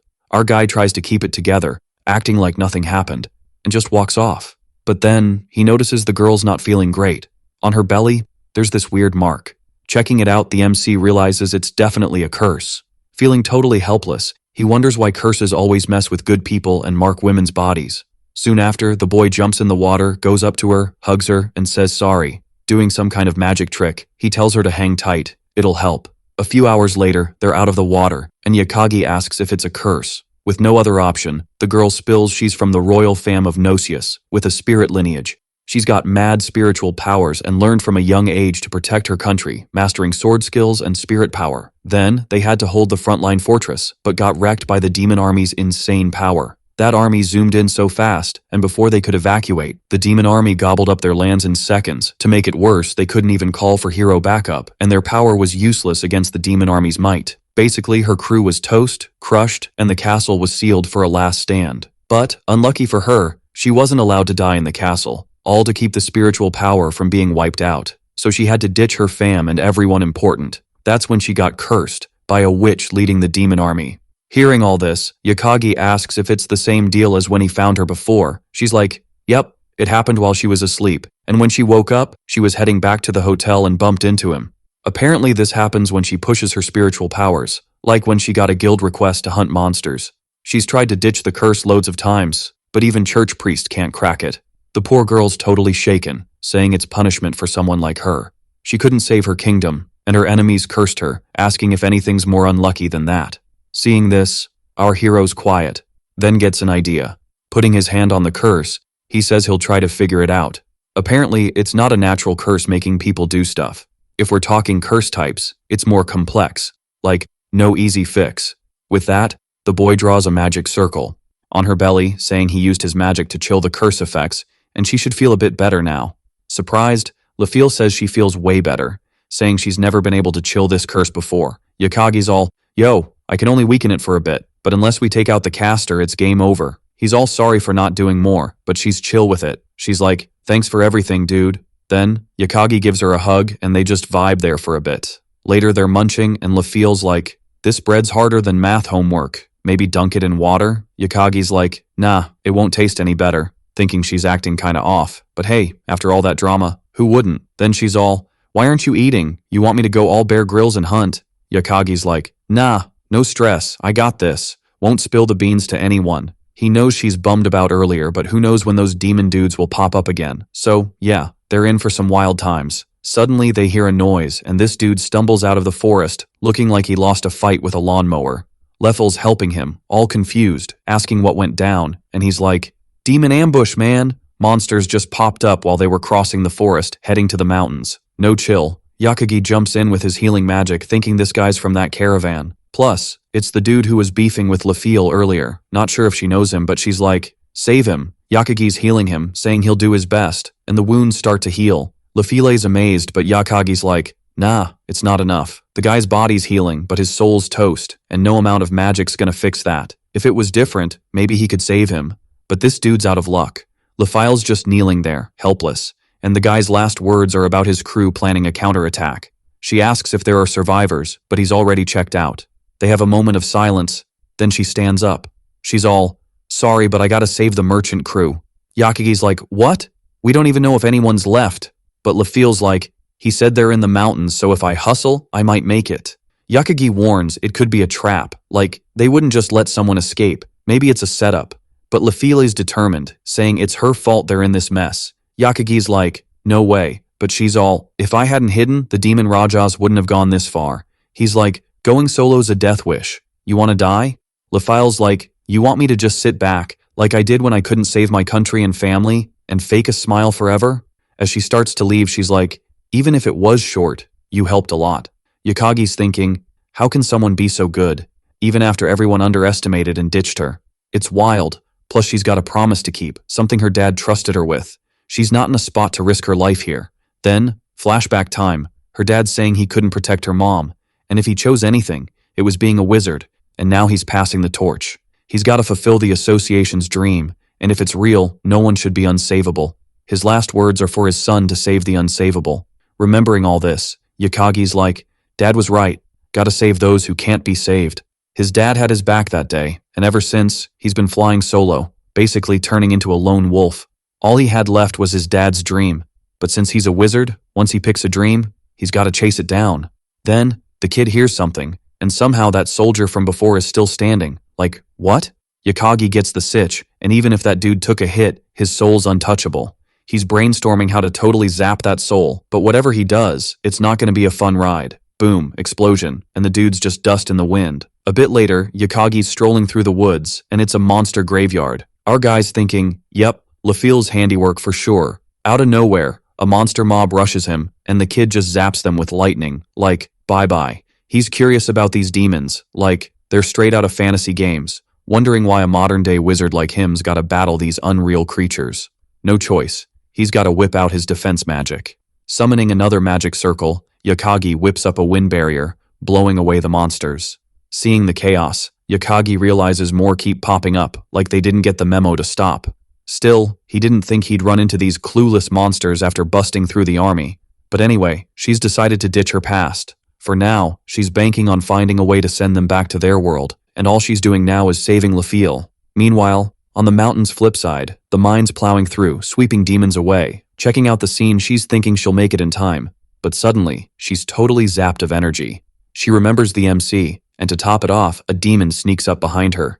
Lefil barely defends herself, pushing forward. She tries to focus because she was crushing it till now, thinking she should lean on good folks like the MC a bit more. Either way, she can't turn back and has to tough it out. But when she looks ahead, it's all gone. Her crew's no longer around, and she's trying to wrap her head around it.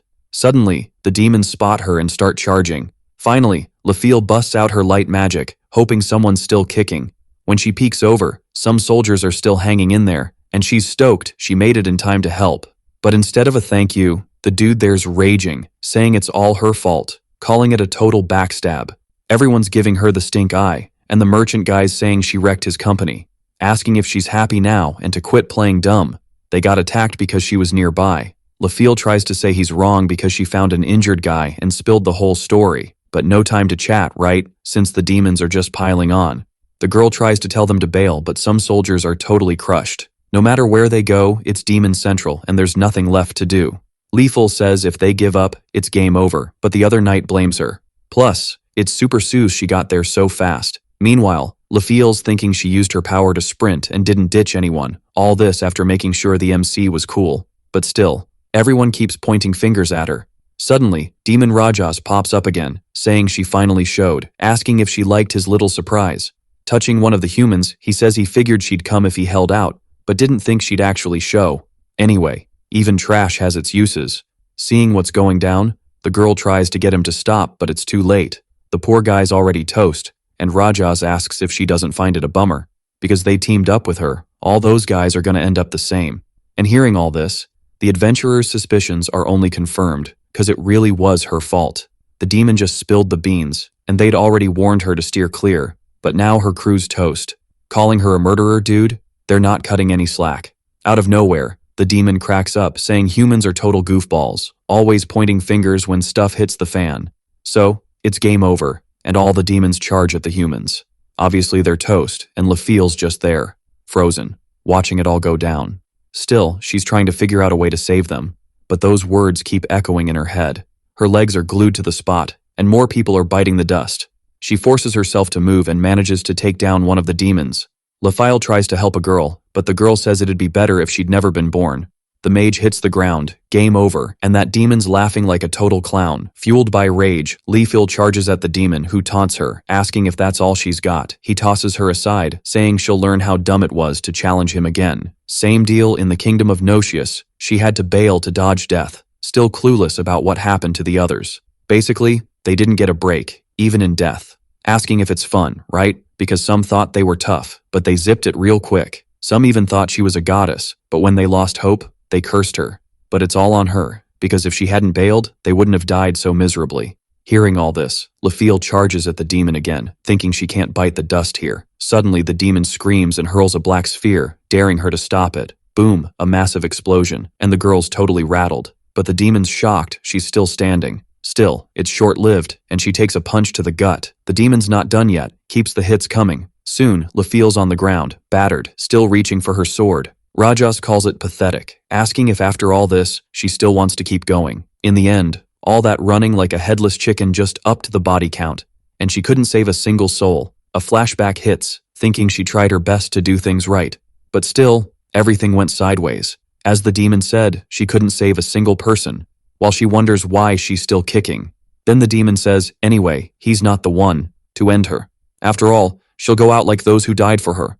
A horde of demons rush her, and LaFille seems to accept her fate, but then, boom, a huge explosion. Rajas, totally baffled, asks who's there.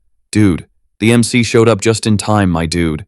He approaches her, apologizing for being late, and she's all confused, asking what he's doing there. Seeing the scene, the demon remembers him as the mage who gave him trouble before, asking if a guy like him can get there with all those armies he threw, and Yahello says he found them, but they were all useless.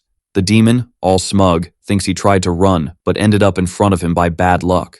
Or maybe the dude was dumb enough to try saving that woman. Our hero, all confident, asks what he'd do if it was the last option. Seeing this, LaFille's shocked, wondering why he'd come. The demon laughs, calling him a fool, asking if he's serious, and if it's worth saving a woman like her who couldn't protect anything and values her life so much she fled. Wanting to know if it's really worth it, and Yahello, without a second thought, says he'll do it. This is his path, and he's never backing down. That's why he's here. Hearing this, the demon's surprised someone has such wild dreams. But even with all this, he's not a fan of his attitude. Anyway, he's gonna show him how this way of acting is totally bonkers. Rajas charges at the MC, who whips out a magic circle to counterattack dude. The clash was wild, with sparks flying everywhere. The demon gets yeeted far away, and Yahello, seeing that's all he could do, calls Rajas' power level weak sauce. But to LaFille, it's still mind-blowing. Our guy rolls up to her, asking if she can stand because he's got a plan to share his power with her. They're gonna team up to take down that dude, but LaFille's not exactly hyped about it. Yahello tries some healing magic to help her out, but she's all, nah, it's pointless. She thinks this place is where it all ends for them, and they're toast. Rajas is super OP, and even if they team up, they can't beat him. Our guy's like, we won't know unless we try, but she's like, duh, I know. She knows how OP he is because even the kingdom of Nocius' soldiers couldn't handle him. Even with him showing up, their fate's locked in. Basically, they're in deep trouble, and no matter what, they can't escape. Hearing this, our hero goes quiet, then asks if she's cool with that, and if the outcome that's about to happen is enough for her. But the poor girl's already thrown in the towel and can't do anything else. Next thing, Yahello puts his hand on her head, saying he gets it, and now he just has to deal with this demon. Things are about to get spicy, and Lafiel asks what he's planning, thinking he can't seriously face this demon head on. Yakagi's all, totally possible, but since she's given up, he's got to find a way to save her. Then, she says there'll always be unhappy people everywhere. No exceptions. Trying to save them is just a pipe dream that'll never come true. Yakagi looks at her and says, whether he can save them or not is something he has to prove himself. Lafiel says hope always gets wrecked, leaving only despair, and Yakagi's like, that's why I gotta see it anyway. He wants to see way beyond all this mess. In his head, he asks her to watch how he'll bring back her hope. Suddenly the ground cracks, and boom, the demon's back. Now it's really going down. Yakagi, all pumped, says the demon flew far, and the demon, all ticked off, tells him to zip it. When he preps another black sphere, Lafiel thinks it's game over, thinking she's used all her spirit power, and if they take a hit like that, they're done for. But our hero's not quitting yet, and as a last-ditch effort, he conjures a bunch of giant magic circles. The scene's so nuts, those spells are filling the whole sky. The demon, freaking out, can't believe this is happening. The MC asks if he thinks he can handle all this, warning him not to underestimate him. The spell he cast is based on the military bases of the parallel world. Hearing this, the demon finally gets what's up because the dude in front of him is a legit hero. The boy, playing dumb, says he's being mistaken for someone else, but it doesn't matter. Drawing his swords, he unleashes a flurry of attacks on the demon, and Lafiel just watches, stunned, not believing someone can fight like that, wondering about everything she's done so far, realizing it's too late to regret giving up. Suddenly, Yakagi gets tossed aside, and he tells her to back up a bit so she doesn't get caught in the fight. The kid keeps holding his ground while protecting the girl, who asks why he's been doing all this. He says he's been telling her over and over. After all, he came to protect her. With that, Lafiel finally gets pumped to stand up, asking her goddess for courage. Raising her sword, she manages to use spirit magic again, saying she won't run away and will fight for what she chooses. Rajas asks what this power is, and she replies it's the goddess's crew, and the spirit's power will wipe out all demons. Hearing this, the monster gets super mad and charges at the girl. The funniest part? She totally blocks the attack, saying she's not the same old her. While thinking she could dodge his moves, she actually lands a hit on him, but the monster's all, no way this power's real, refusing to admit defeat. Suddenly, Lafiel pops up behind him and lands another hit. No clue where from, but she pulls power from somewhere to fight this demon. As she moves in for the final blow, Rajas starts to bail, saying they'll finish this fight another day. Obviously the girl's not letting him run, trying to zap him with her spirit magic, but it's not enough. She's thinking if she doesn't stop him now, it'll just happen again. If she had a bit more power, she could do more. Meanwhile, the MC's just chilling from afar, prepping another attack. The demon up in the skies having a rough time since a storm just rolled in, thinking he'll never forget this human humiliation, and when he's healed, he'll totally get revenge. Looking down, he's shocked to see the armies wiped out, assuming it was our boy who just did that. Suddenly, lightning's everywhere, and the guy kinda gets what's happening. Yakagi shows up out of nowhere, saying he's not letting him escape. Out of nowhere, a giant girl appears behind the MC to help with a massive magic circle. The demon thinks that guy must be the hero with epic divine protection from the elements. But for a human, even with this magic, it's almost impossible to control, asking what the boy really is. The attack hits him dead on, and Rajas is finally toast. Lafiel, meanwhile, was watching everything from the sidelines, saying our boy is truly incredible.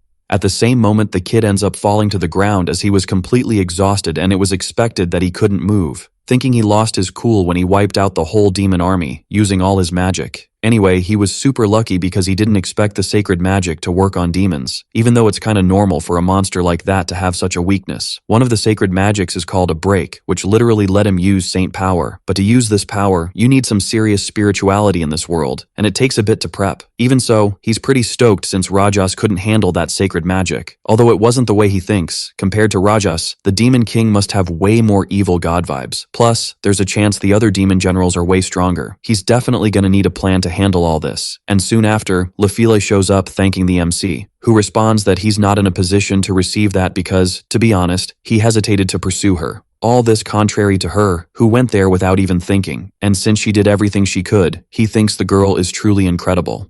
So, she doesn't need to blame herself, and hearing this, Lafiel starts crying, saying the kid is really a good person. When he said he went there to save her, she was super happy, and that's why she had to thank him.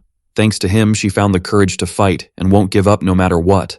At that, Yakagi remembers what he said back then, thinking it was just because he thought he'd die there. apologizing because that line was borrowed from someone else. Some time ago, a guy with crazy strength had told him that. LaFille says the world then let him meet a good person, but the MC immediately cuts her off, saying that guy was literally a bad influence. Suddenly LaFille starts coughing. Yakagi gives her a look, and out of nowhere, the girl shrinks. Man, this is wild. LaFille asks what's going on, and Yakagi says he should be the one asking that question, questioning if it's the first time this has happened to her, to which she responds that of course it is, assuming it could be that pesky demon Rajas, but Yakagi says it can't be because it doesn't seem like a curse, thinking he needs to figure it out, but he's out of magic juice. However, he remembers that, as it seemed, LaFille was previously out of energy. Assuming it could be due to the lack of spirits, she might have shrunk from using too much of that spirit power inside her, like a balloon losing air. But she insists that before, no matter how much she flexed her powers, nothing changed. Yakagi figures she's part human, part spirit, like a magical smoothie. To take on the demon Rajas, she gobbled up a ton of spiritual energy, and that's probably why she shrank. With her magic levels low, she might not keep her true form for long. Hearing all this, the poor girl's like, what the heck? And then trips over nothing, face planting. She's stuck on the ground, the MC tries to help, but then he just passes out, totally wiped. The dude just wanted a nap before fixing everything. After this chaos, 10 days zoom by, and Yakagi's near a city, thinking it's the entrance, and it's way bigger than Mattel's kingdom. After all that, they somehow made it down the mountain to Krant City, stocked up, and now they can chill a bit. Then, LaFille pops up, offering to carry his sword, saying it looks super heavy. Yakagi's like, nah, cause in her current form, she'd probably drop it on her foot. She apologizes for leaning on him again and even about her outfit. Yakagi says if she's worried about little stuff like that, she must be feeling better, asking if she likes the dress she picked. She starts remembering the store folks treating her like a kid. Asking if he thought it looked weird, Yakagi says nope, it actually looked pretty cool. Watching her, he thinks she's secretly happy, even if she doesn't show it. Still, 10 days have passed, and she's not back to her original self yet. Then, she says Yakagi's world is wild and was shocked he got summoned from there. Even with all his power, she asks if he's really not the hero here to save the day or just messing around. Yakagi thinks and says that monster wasn't as epic as she thinks. Plus, it's not a beast he'd brag about beating, and LaFille's like, no way a mage could handle that power. The MC's level is pretty high, and our guy's got no escape, huh? Yakagi says she might be right, but if his dad were here, he'd have no trouble. His dad would have sent that monster flying with one punch. Like, he'd get up and zap it with an electric move, no sweat. His dad could totally do that, cause he's insanely strong. Yakagi doesn't know why his dad trained so hard, but it's too late to ask now. His dad's gone, and the path he left is what Yakagi's following. He mentions wanting to be a mage as powerful as his dad someday. A bit later, the MC's wandering the capital, wondering what the Empire of Nephilia's like. He's noticed lots of differences, like way more people and tons of cool stuff compared to Astel. The girl says it's a country with serious power. It got strong from past wars, with defeated countries teaming up. But the big reason is the hero summoning ceremony. Yakagi asks what a hero has to do with human wars, and she says ages ago, a tiny country turned into a dictatorship. They waged war on neighbors, and lots of innocent folks got caught up. So, everyone begged for a hero, and boom, he showed up. With one sword swing, he ended the fight with crazy power. Yakagi's shocked, saying the hero's basically a weapon. LaFille says the hero summoning is just to show they can stand up to enemy nations. Anyway, there are still beefs with enemies like 2 years ago. Astel and Shardok went to war. In the end, Astel's kingdom totally crushed it, all thanks to the princess's epic moves. Yakagi's mind is blown hearing about this girl, and LaFille's all, yeah, she's been super busy lately. Our dude's scratching his head like, whoa, never thought she'd hit the battlefield. But hey, she's a total warrior, so no wonder she kept it on the down low from him. Then, boom, the capital gate guard rolls up, wanting them to fill out forms ASAP. A few minutes later, the dude reading the papers like, these letters are a mess. But the girls chill saying it's all good. So, they gotta cough up entry taxes and tolls, and LaFille's asked if she can handle the form solo. The princess is all, I'm not a kid, stop treating me like one. She tells the MC to do something, and he's just standing there, clueless on how to help. Meanwhile, the guard's cracking up, saying the girl's got energy, and being her guardian must be exhausting. He sees these wannabe adults all the time, having a younger sis himself. Hearing this, LaFille's like, no choice, but then flips, saying she's got some dignity left. She tries to reach the table to sign, but she's too short, poor thing. The guard hands her a chair, and LaFille's holding back giggles. but what else can she do? Suddenly, Yakagi hears some ruckus, soldiers are puzzled, and out pops another girl. Turns out she's a lieutenant, telling guards to chill. And Yakagi's like, is she army? LaFille's just staring, saying the woman's seriously stunning. It's wild she's in the army with looks like that. The lieutenant catches LaFille's comment, thinking she's too young for army life. But the woman snaps back, not wanting to hear it from a kid, and now it's on. The girl's all flustered, claiming she's not a kid, and the lieutenant's like, duel time, and LaFille's game. They lock eyes, MC tries to intervene, but she's determined not to lose. They step forward, eyeing each other's chest, and the winner's clear. Yakagi's on the sidelines, wondering what they're up to, already knowing who's got the bigger ones. LaFille, dignity in shambles, can't believe she lost, thinking her original form would have changed the game. Hearing her, the lieutenant hesitates but tells her to stop dreaming and face reality. Minutes later, LaFille's given up, and the lieutenant calls the MC over. She hasn't heard of him, asking if he got booted from a clan. Our hero's quick with an excuse, saying he's from the east, and the kid's a friend's daughter. The lieutenant's curious if he's from Astal or further east. Yakagi's feeling weird vibes, wondering why she's suddenly all intense. She asks why Yakagi's there, and the guard's like, chill please. Out of nowhere, the wild girl tosses the guard aside, telling him not to butt in. She's serious. Yakagi's in disbelief, and LaFille's like, what's up with you? The fiery lieutenant tells her to zip it, but the princess questions what she gains from more bloodshed. She doubts the empire, wondering if anyone's a bad influence. They were just following city entry rules, asking for proof of wrongdoing, mentioning the Imperial Army's honesty, questioning if her actions aren't shameful. The lieutenants lost the argument, hoping they won't pull anything shady against the empire. Yakagi asks what if they do, and she threatens to take them out herself. She's not kidding. Then she bounces, and Yakagi's thinking that girl's seriously scary. To make things even crazier, the lieutenant overheard, and, marching back to where our main dude was, warned that if he calls her that again, she'll drag him to the imperial court. Yikes. A few minutes later, the lieutenant bounces, and Yakagi, feeling like he dodged a bullet, mentions he had a bad vibe even before hitting the city. LaFille starts having a lightbulb moment, remembering she's seen her before, named Liliana. Her dad's a dude named Rogue, one of the 7 swords, and the Empire's top magic boss. Yakagi's mind is blown, but he's still on edge about that creepy vibe he's getting. The Coast Guard suggests they keep it chill and steer clear of drama, but hey, this is the last checkpoint, and he wants them to hang tight until the coast is clear. Meanwhile, some folks are buzzing about a hero summoned in the kingdom of Astel, a dude named Reiji, who's got the epic nickname, the Conqueror of Elements. Hearing this from a distance, our boy's mind is blown, since Reiji snagged such a legendary title. The chatter continues, with peeps saying they have no clue how he led Astel's troops against the demon army, but he still managed to take down someone named Rajas, which is basically mind-blowing, considering he just got summoned and already pulled off something this epic. Seeing the scene, the girl shoots a look at the MC, who's just like, what on earth is happening? Then, a flashback from a few days ago pops up with Reiji looking all shocked. The kid's where the MC was, and there's a whole demon party going on. Checking out the chaos, the boy wonders who could have pulled this off. Suddenly, knights roll up, surrounding Reiji and grilling him on who he really is. But then, someone else tells them to back off, reminding them they should already know who this dude is. All the knights are shook, and then the princess rolls in on horseback. The girl declares he's the summoned hero, warning she won't let them off easy for being so clueless. Everyone's all oops, are bad, and Reiji, totally confused, asks what they're even doing there. The rest of the squad shows up, and Mizuki's stoked they found some horses and caught up with him. At this, the princess asks if they're part of the troops stationed in the city of Krant. Without missing a beat, all the knights drop to one knee, saying they're soldiers under Duke Hadrius's orders. Hearing that name, Reiji's fuming, thinking this dude spread rumors about the MC being the hero. Right then, an old guy on horseback shows up, and it's Duke Hadrius himself. Reiji's giving him the death stare, trying to keep it cool, and Mizuki, seeing the drama, says he's pulling a weird face. Then, Reiji tries to chill out, thinking he's clueless on what to do, but still can't grill that guy there. Even as the hero, if they find out Gregory spilled the beans to him, his spot could be in jeopardy. Soon. After, Hadrius mentions the last time they met was months ago, asking if she's there to catch some breeze.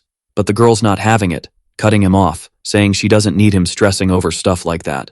Predictably, Hadrius says she's as fierce as ever, and, eyeing Reiji, says this must be the summoned hero. When they rushed over, all they found was a trail of monster carnage. Asking if Reiji did this, he's like, nah, just got here. In that case, they're dying to know who pulled this off. At this, Mizuki starts checking out the scene, spotting loads of magic traces. Plus, there's some leftover magic power from Yakagi's magic circle, but of course, she's clueless about what spell was used, as it's super advanced and might be a never-before-seen magic. So, she's wondering how anyone could pull off a move this epic. In short, some insane power swept through and wiped out all the demons. From a distance, Hadrius guesses there must be over 10,000 demons there. The plan was to station 1,000 soldiers at each spot, but with these numbers, if the kingdom of Mattel or the city of Krantz got hit, they'd be toast. Then the princess asks if he's got any clue what went down, and the old guy's like, nope, even if there was something. After all, a week ago there was this epic storm, and maybe that was the day all the demons got zapped away. All because the bishop from the Church of Salvation said the goddess was having a major meltdown. Mizuki thinks maybe the goddess just poofed all the demons, but the church is like, nah, if that happened, why summon us?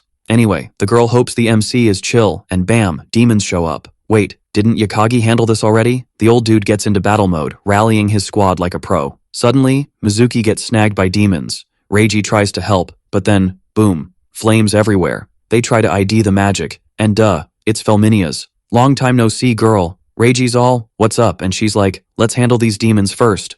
The old guy, feeling all boss, orders the mage squads to attack, pulling off some epic moves. With that, problem solved, and Felminia's like, it's been ages? Lucky I swung by. Then, Hadrios asks if she really got benched from her royal mage gig. But she's like, nah, I'm on a secret mission from the king. Reiji wonders if the king sent them to rescue him, but Reiji's like, dude, it was bound to happen. The poor girl can't spill the beans because of some curse, so she just bounces. Right then, a soldier pops up with news that the Empire's third princess, Graciela, crossed the border with her squad. Basically, she zoomed through Krant and is heading here with some serious attitude. What's even happening anymore? The girl rolls up on a horse, and Mizuki, all confused, asks what's next. Then, Titania drops that she's the third princess of Nephilia. Basically, she's got the strongest earth magic in the Empire, and Graciela's like, long time no see. Then, the princess says even if they're buds, you can't just cross borders without a heads up, and Graciela's like, if that's the case, she'd say sorry herself, asking if she wouldn't do the same thing she's doing now. Out of nowhere, a massive demon army shows up, and since her empire's been ghosted, they're not just chilling. The demon attack was planned, but it's early so they gotta gear up for battle. Anyway, when a buddy's in trouble, you gotta help. Asking the princess what she thinks, who's like, she'll make it official. Graciela's like, do your thing, but remember, they've got Sardius Union and Assembly Council backing. Then, she gives Reiji a look, saying he's got no battle scars, which means, back in his world, they didn't teach him to throw down. Hearing this, Titania jumps in, asking if she's crossed a line, cause that boy's the hero, and Graciela's like, just saying what's on her mind. Suddenly, Felminia senses something, and Duke Hadrios guesses it's a survivor, but Reiji feels it too, cause it's probably someone super strong. In the smoke, someone rises, and whoa, it's that demon, still kicking. Reiji sees the monsters beat up, asking who he is, and he's like Rajas, one of the big bad generals. Hearing this, Hadrios asks if he's not one of the toughest demons, but he looks wiped out, wanting to know what went down, and the creature, all mad, tells them to zip it. At this rate, he can't let them live, so he's gonna find a way to take them out. But Reiji's like, hold up, gotta ask something. The demon's curious who he really is, and he just asks why they attack humans. The demon's like, all he wants is to wipe out the leftover humans, end of story. Humans are like pesky bugs that keep popping up, and nothing's more annoying than their predictable ways, so they gotta go. Hearing this, Reiji asks if humans and demons aren't both living beings, wondering why kill for such a dumb reason. Don't say they can't make peace just cause they're different species. And seeing the sitch, Rajas asks if he's the hero of the day. Reiji stays quiet, and Rajas gets it, thinking it's just some immature talk. But hey, if it helps him finish his mission, then maybe he can figure out how to take the hero's head off. With the chat done, they start throwing punches, and Reiji's kinda struggling. The demon, all smug, wonders if this is the big, bad hero, questioning how demons were ever scared of this power. Honestly, his crew was being pretty silly for fearing him. Out of nowhere, Duke Hadrius swoops in to save the kid. Swinging his sword, he dishes out some moves that actually work against Demon Rajas. Right then, Graciela shows up too, starting to cast a spell. She throws some wild crystals, shocked cause they're actually working against the demons. With no other options, Rajas whips up a giant black sphere, and suddenly, someone grabs Reiji. It's Titania, saying they gotta bounce for a bit. Meanwhile, the demon's freaking out, saying he's only got a tiny bit of energy left. All thanks to that MC's lightning, and then the demon gets hit with more attacks. Besides the Duke, some mages are backing him up. making things worse for the demon. Titania sees none of the attacks are working cause the monster's super tough. Duke Hadrius just tells them to keep at it, and Reiji, trying to help, says it's better to take a direct hit. Looking over, the princess checks if Mizuki's okay, who's just thinking she's always just watching. She's always letting others save her without doing anything, but she can't keep this up, wondering if she can actually do something. Then she remembers an ice spell she learned, thinking it might work. She steps up to the demon, raises her hand, and starts casting that spell. The demon, out of ideas, asks what she's doing, suddenly shaking with fear. When Rajas is about to hit her, he feels the side effects from his fight with the MC. Right then, Reiji spots an opening, seizing the chance to go after the demon. He lands a solid hit, and the demon can't believe he got beat by them. The creature hits the ground and with his last words says if it weren't for that mage he fought before, he'd never lose to this trash. Seeing the chance, Felminia asks Rajas who he faced. Not wanting to know, the demon asks if she knows that person. Reiji steps up to protect his master, but Felminia says no need, the creature's almost done for. Meanwhile, the lightning's burning the demon's body more and more, finally taking him out. The creature drops, and Reiji's trying to wrap his head around the fight being over. Even though she falls down, Mizuki apologizes, saying she wanted to help but a wrong move could have been bad. Besides, she thought she could really do something. Not wasting time, Hadrius tells all the mages to regroup and get everyone ready to start patrolling. Calling Felminia, he asks if she knows who the demon was talking about. Without a pause, she says yes, and Graciela, curious, asks who it is. But it's clear Felminia can't spill the beans. It's basically a state secret, and they can't tell a foreign leader. Still, Graciela pushes, saying they're talking about a guy who wiped out a whole demon army solo. Even a fool would get this is a big deal, but she still won't answer.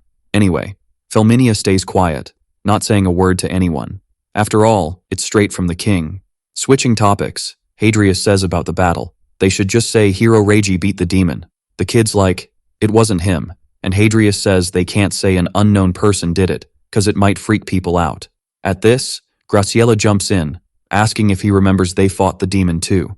And the old man says he'll make it right, forgetting his army barged into her land without asking. Asking if that's why she turned on the battalion under the king's orders. The two lock eyes, and the girl, realizing she's got no escape plan, just throws in the towel. The princess mentions she expected a bigger drama, but hey, it all got sorted out in the end. Felminia watches the old dude leave, thinking, yep, that guy's seriously sketchy.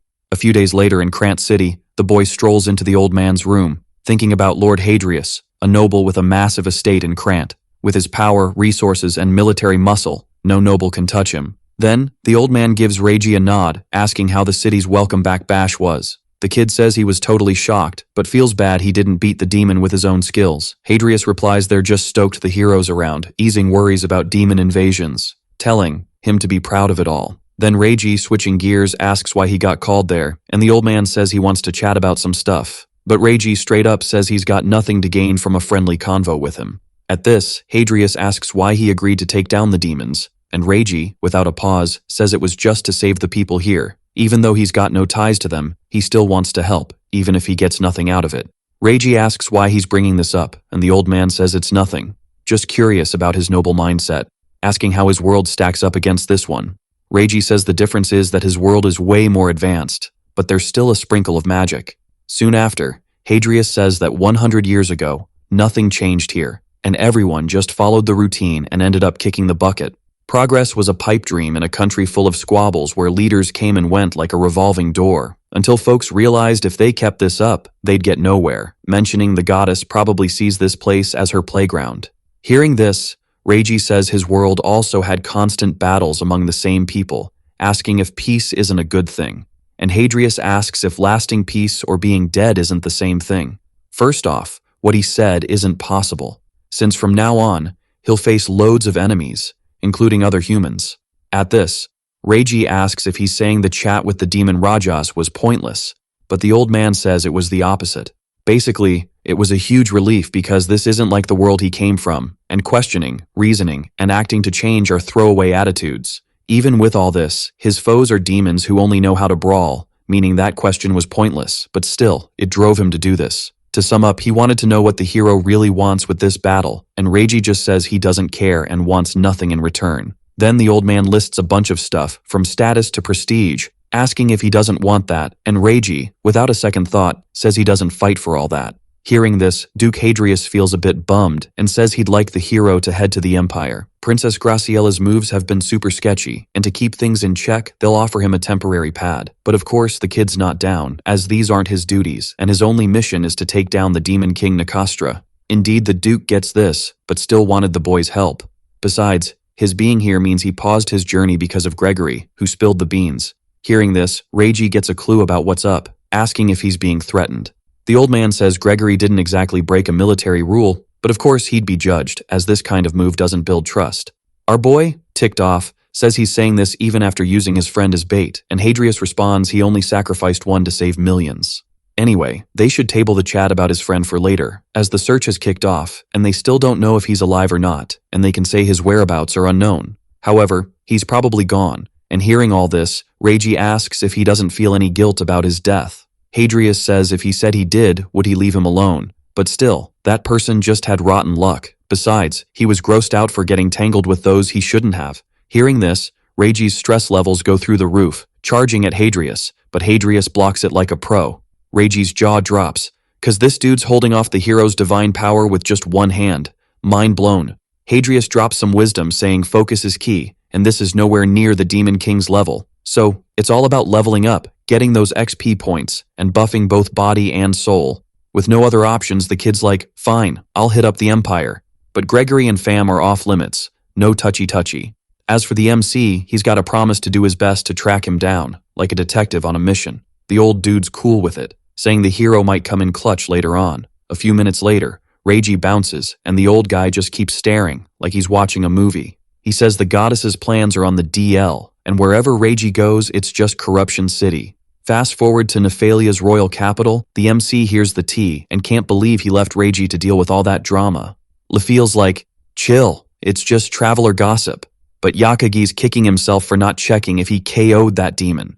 Still, Lefiel thinks leaving Raja's almost RIP is good enough. She wonders what would have gone down if Reiji's squad hadn't faced the demon first. Even with hero buffs, survival wasn't guaranteed. Yakagi's like, no biggie, but asks if she's sweating over some oracle's words. The girl's all, duh, since the church dropped a prophecy bomb on her. Yakagi suggests if she's not vibing with Goddess Elshuna's messages, maybe she should just ask her directly. Leffel agrees, saying since she's got goddess blessings, ignoring them would be a major no-no. Yakagi's curious if she asked the goddess for power, and the girl's like, could be. Yakagi thinks she should roll with Reiji, but of course, she's not down for that. Anyway, if she ghosts the goddess, who knows what chaos might unfold, but the MC's chill, saying he'll handle what he can. Since she's not going, he's got to step up and take her place. Leffel tries to stop him, but he's like, no worries, I'm not into this goddess stuff. Plus, most mages act like they can take on the world solo. Lefiel warns the goddess might get salty, but Yakagi's not sweating it. Divinities can't meddle in the world, and if they could, they'd have done it ages ago. If some evil god shows up thinking he's all that, Yakagi's ready to throw down. After all that chat, Lefiel thanks him, and the MC's still mulling over what the church sister said. Almost a month back, people were dropping into comas, maybe from some sketchy magic or a shady human. They haven't nabbed the baddie yet, but as long as it doesn't mess with him, he's not bothered. A few minutes later, our hero's wandering the capital, hunting for a library. He scopes the scene and, plot twist, he's totally lost. He thinks about using magic, but then he overhears some chatter. Recognizing the voices, he remembers it's that girl from the capital's gate. The other dude wants her to handle something, but she's like, quit bugging me. With no other move, the guy gets rough, and the girl's like, I'm a top-tier swordswoman, didn't your bosses tell you? The two guys, shocked, check out her size and start roasting her. They can't wrap their heads around it cause she's just a kid. Yakagi's watching from a distance, thinking she's obviously got skills, but it's not his job to step in. Still, he can't just ignore the kid. And surprise, a kid jumps into the fray. Everyone's like, what's he doing? And Yakagi, playing it cool, asks why they're picking on a kid. Meanwhile, there are sub-lieutenants wondering what the MC's up to, thinking he wasn't planning to get involved and just wants him to scram. Seeing our boy's face, she asks if they've met before, and he's all, yeah, we had a spat not too long ago. The girl finally clicks on who Yakagi is, but no time for chit-chat, cause those other two are about to throw down. Yakagi, all wide-eyed, wonders if they're really gonna brawl in the middle of the city. Wondering why all this chaos, the sub-lieutenant just shrugs, telling him to scram, pronto. Right then, the mage there goes for the girl, but she dodges the magic like it's no biggie. The other dude, shocked, says that girl would be a major headache in battle, thinking she's some genius creation of Colonel Rogue. Hearing this, the sub-lieutenant says they're way too cocky with that kind of attack. Man, they really ticked her off, and the MC, watching from a distance, feels the tension, way different from the guards room vibe. No time wasted, one of the other mages tries to strike back, but Yakagi whips up a magic circle, snatching the guy's magic. He's baffled, and Yakagi's like, just borrowed a bit, no biggie. The other fool tries the same, but Yakagi pops up in front of him, landing a solid hit on his chest. One down, and the MC, with few words, says he'll handle the other, but that guy's already out cold. Yakagi's even surprised cause she finished that guy off, then, switching gears, just asks to bounce. A few minutes later, they're strolling, and Yakagi asks how she kicked off that fight. But she's like, none of your biz, wanting to know what he was doing there, and Yakagi says he was just exploring, asking if her name's Liliana. Hearing this, the girl's kinda shocked, cause she doesn't remember spilling her name. Then, switching topics, Yakagi says he's hunting for the Great Library, the Empire's biggest, asking where it is, promising to buy her a treat if she spills. They bicker for a bit, but the girl finally agrees to show the MC the way. While walking, Yakagi checks her out, thinking she doesn't seem like a bad egg. Soon after, he asks what she was doing in a place like that, doubting she was just caught up in the chaos. She says she was patrolling cause the capital's a mess with incidents, and there aren't enough folks to handle it. Since she didn't want to drag anyone in, she decided to tackle it solo. Hearing this, Yakagi wonders if the coma incidents happened where they are now, but the girl fires back with another question, asking if he's scared of her. Yakagi asks why he would be, and she says she threatened him, but keeps chatting like nothing happened. Besides, most people would hold a grudge forever. Asking why Yakagi's different. He replies it's normal to get jittery when someone's intimidating. Plus, it's even worse when your opponent's younger. Still, he thinks what he's doing now is pretty out there. Anyway, he knows she's ticked off now. But the military needs this vibe, as they're taught to follow orders from the top. Hearing this, the sub-lieutenant says her fighting style is to make the enemy fear her, but Yakagi calls her bluff. She's always scaring others to keep herself safe, always on the defensive. When facing the enemy, she keeps her distance to scope things out, just like in the guards room. Liliana asks why he thinks that, and Yakagi just says it's a hunch, wondering why she looks like she's ready to throw down, wanting to know if it seemed like she was surrounded by foes. The girl starts watching the kids playing and goes quiet. Then she says she's a soldier, and he's a civilian. Hearing this, Yakagi says he thought it'd be cool to chat more casually, apologizing for stepping out of line. Then, Liliana asks his name, and the MC introduces himself. The girl, surprised, says that's a weird name, and right then, someone calls for her. Asking what she's doing there, the girl, seeing who it is surprised. Man, this is gonna be a wild ride, huh? The old dude's all, quick answer please, and Liliana's like, chill, I'm just doing some detective work. Our boy's thinking, wait, didn't she say she was on patrol before? Then, the man goes, just do what I say, no extra stuff, unless it's military biz.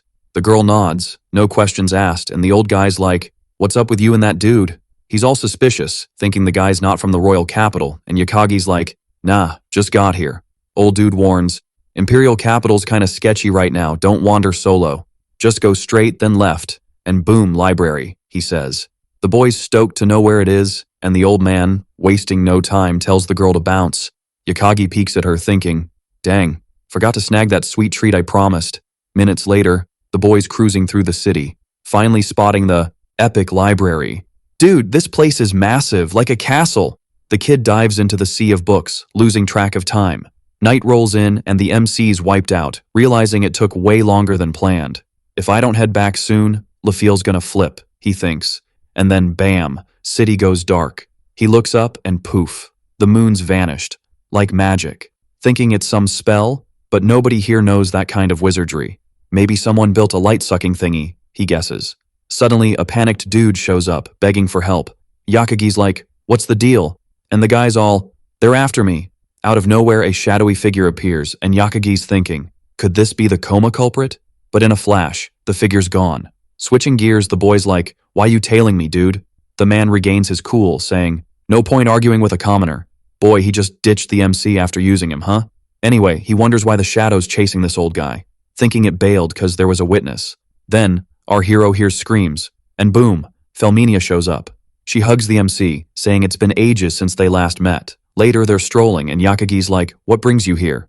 She says she came to the Empire looking for him but got lost in some weird spot. Felminia's all, was it bad to come see you? I wanted to help. Yakagi's like, nah, it's cool. Then asks about her job, and she says she got separated from her royal court mage duties. Yakagi's shocked, thinking it was just to fool the old man. Felminia says the king sent her to help him. Yakagi's skeptical, but hey, the king knows he's a mage, thinking Felminia might be after his magic skills. But nah, she's too sweet for that, poor thing. Hours later, the MC hits the inn, Felminia by his side, asking about the little girl. Yakagi introduces her, saying she summoned him and is the ex-royal court mage, Felminia. She even went to Mattel to help him. They greet each other, and Felminia's surprised a kid's the MC's buddy who mentions weird stuff happening. Felminia's like, nice to meet you, thanks for letting me crash here. LaFeel's clueless about this convo, and Yakagi mentions some free rooms. The girl's hopes crash because she thought they'd get released. Then the MC calls Felminia Menia, picking her room. LaFeel's like, what are you doing? Wondering if she ever let him talk like that. Yakagi's like, yeah, why? The poor girl gets more flustered, saying from now on she wants to be called Lefe. Out of nowhere, Felminia pops up, wanting to know if Yakagi's heard of a demon named Rajas. The dude's kinda unsure, but a few minutes later, he's spilling the whole tea. He asks if they took down Rajas, and the girl's like, yep. Reiji landed the final hit. But the weirdest part? After that, lightning starts zapping out of him, and poof, he vanishes. Yakagi's thinking it might be leftover magic from his spell. He can't believe the demon lasted a whole week, but hey, that's just how that race rolls. Prob's gonna be a headache later. Plus, all those demons showed up because they thought he was the hero. Then Felminia, no chill, just says sorry for the people of Astel. Next, Yakagi's like, sorry for dragging LaFeel into this mess, because if she wasn't with those merchants, none of this would have gone down. But the girl's like, not your fault, plus, she and Rajas had to throw down anyway. Then Yakagi's all, gonna make sure Duke Hadrios gets what's coming, and oh, Felminia drops a book on the table. Yakagi guesses it's about that hero summoning ceremony, asking where she found it. She says it was chilling in the castle library while she was sorting papers, so she snagged it. Asking if it'll help, Yakagi's like, totally, he can use it for reference. The dude eyeballs the book for a sec, and LaFeel looks like she wants to say something, asking if Yakagi's hyped to get back to his world, and he's like, duh, yes. The two are kinda bummed hearing that, right? But it was kinda obvious, right? The dude's whole quest is about that. So, 2 days zoom by, and in the guild hall the attendant says they sent the info to the Astel branch. Bummer about the merchant crew, but hey, they made it safe. Yakagi's all thanks, saying sorry to LaFeel for the holdup. Anyway, he wants to know what's next, and boom, another dude shows up asking for a sec. The fancy guy says he's Elliot, calling himself a hero, and you can tell he's one of those full of himself types. Yakagi's surprised by what the dude says, and then he claims he's spreading the goddess Alshuna's message. Plus, he came from way far just to meet LaFeel, asking if he can say her name. The girl introduces herself, and suddenly, the dude grabs LaFeel saying she's coming with him because the oracle said so. Obviously, the MC's gonna step in, asking if they can chat first. Elliot's like, who's Yakagi? And he says he's her buddy, wanting to know if he's really a hero.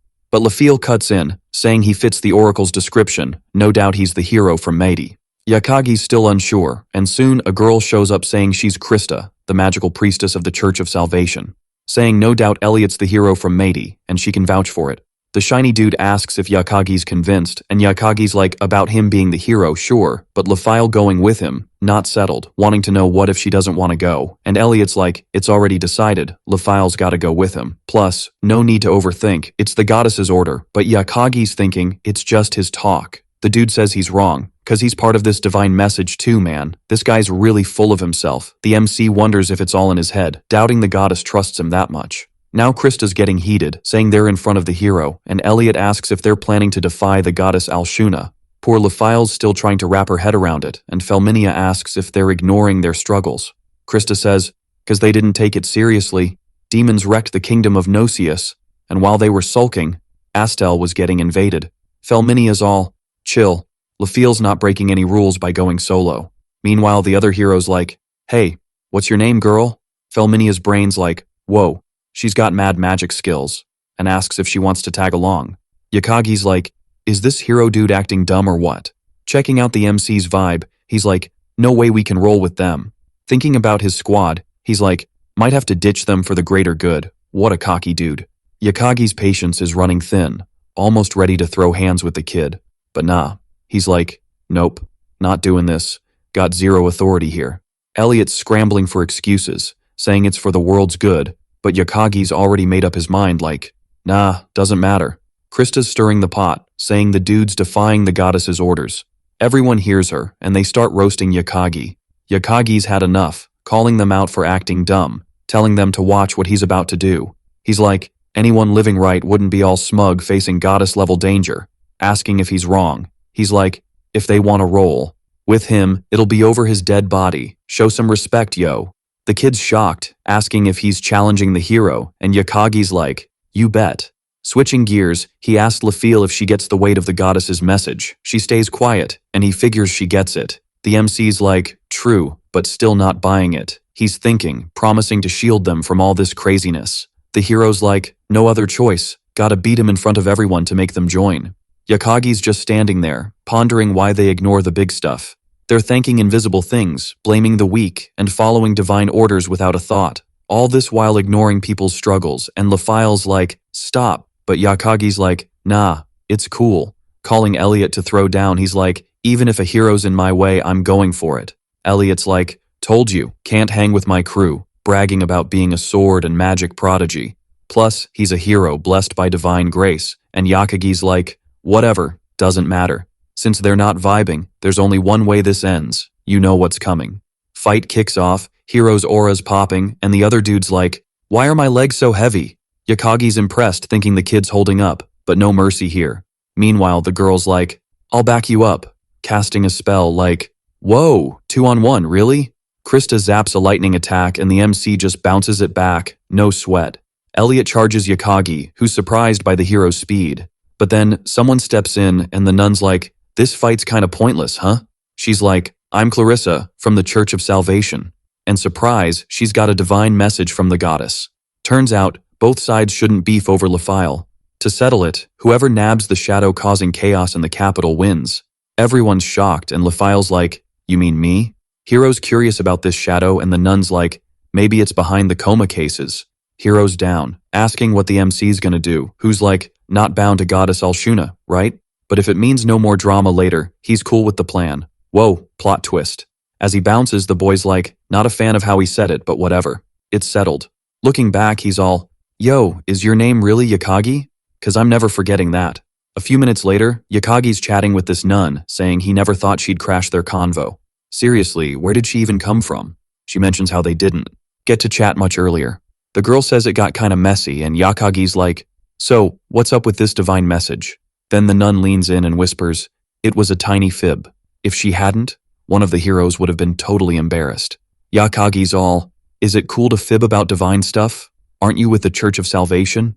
The nun's like, serving goddess Alshuna means not everything's clear, and from what she said, not everything's spot on. It's easy to vibe with the MC, seeing him tackle chaos, fighting for what matters, and she thinks that's super cool, saying the boy's got a good heart, telling him to hold on to those feels. Then, scene switch, and Lafille's apologizing for Felminia getting dragged into this. But she's like, no worries, we just gotta win this thing. Meanwhile, Yakagi's deep in thought, and they ask if something's up, and he's like, how are we gonna win? Felminia thinks gathering intel's the move, and Yakagi's like, can you handle that? The girl's confident, but reminds him her opponent's the hero everyone thinks will save the day. Hearing this, Lafille wants to gather intel too, but Yakagi's like, nah, got another mission for you and it involves cats. Wait, what? Cats? This is getting wild. Next day, Yakagi's wandering the capital, looking for where he saw that hooded dude, noticing that tunic was kinda tiny. Still, to knock people out, he's attacking folks, freaking everyone out. Plus, the cops aren't doing much, 'cause the suspect's a kid.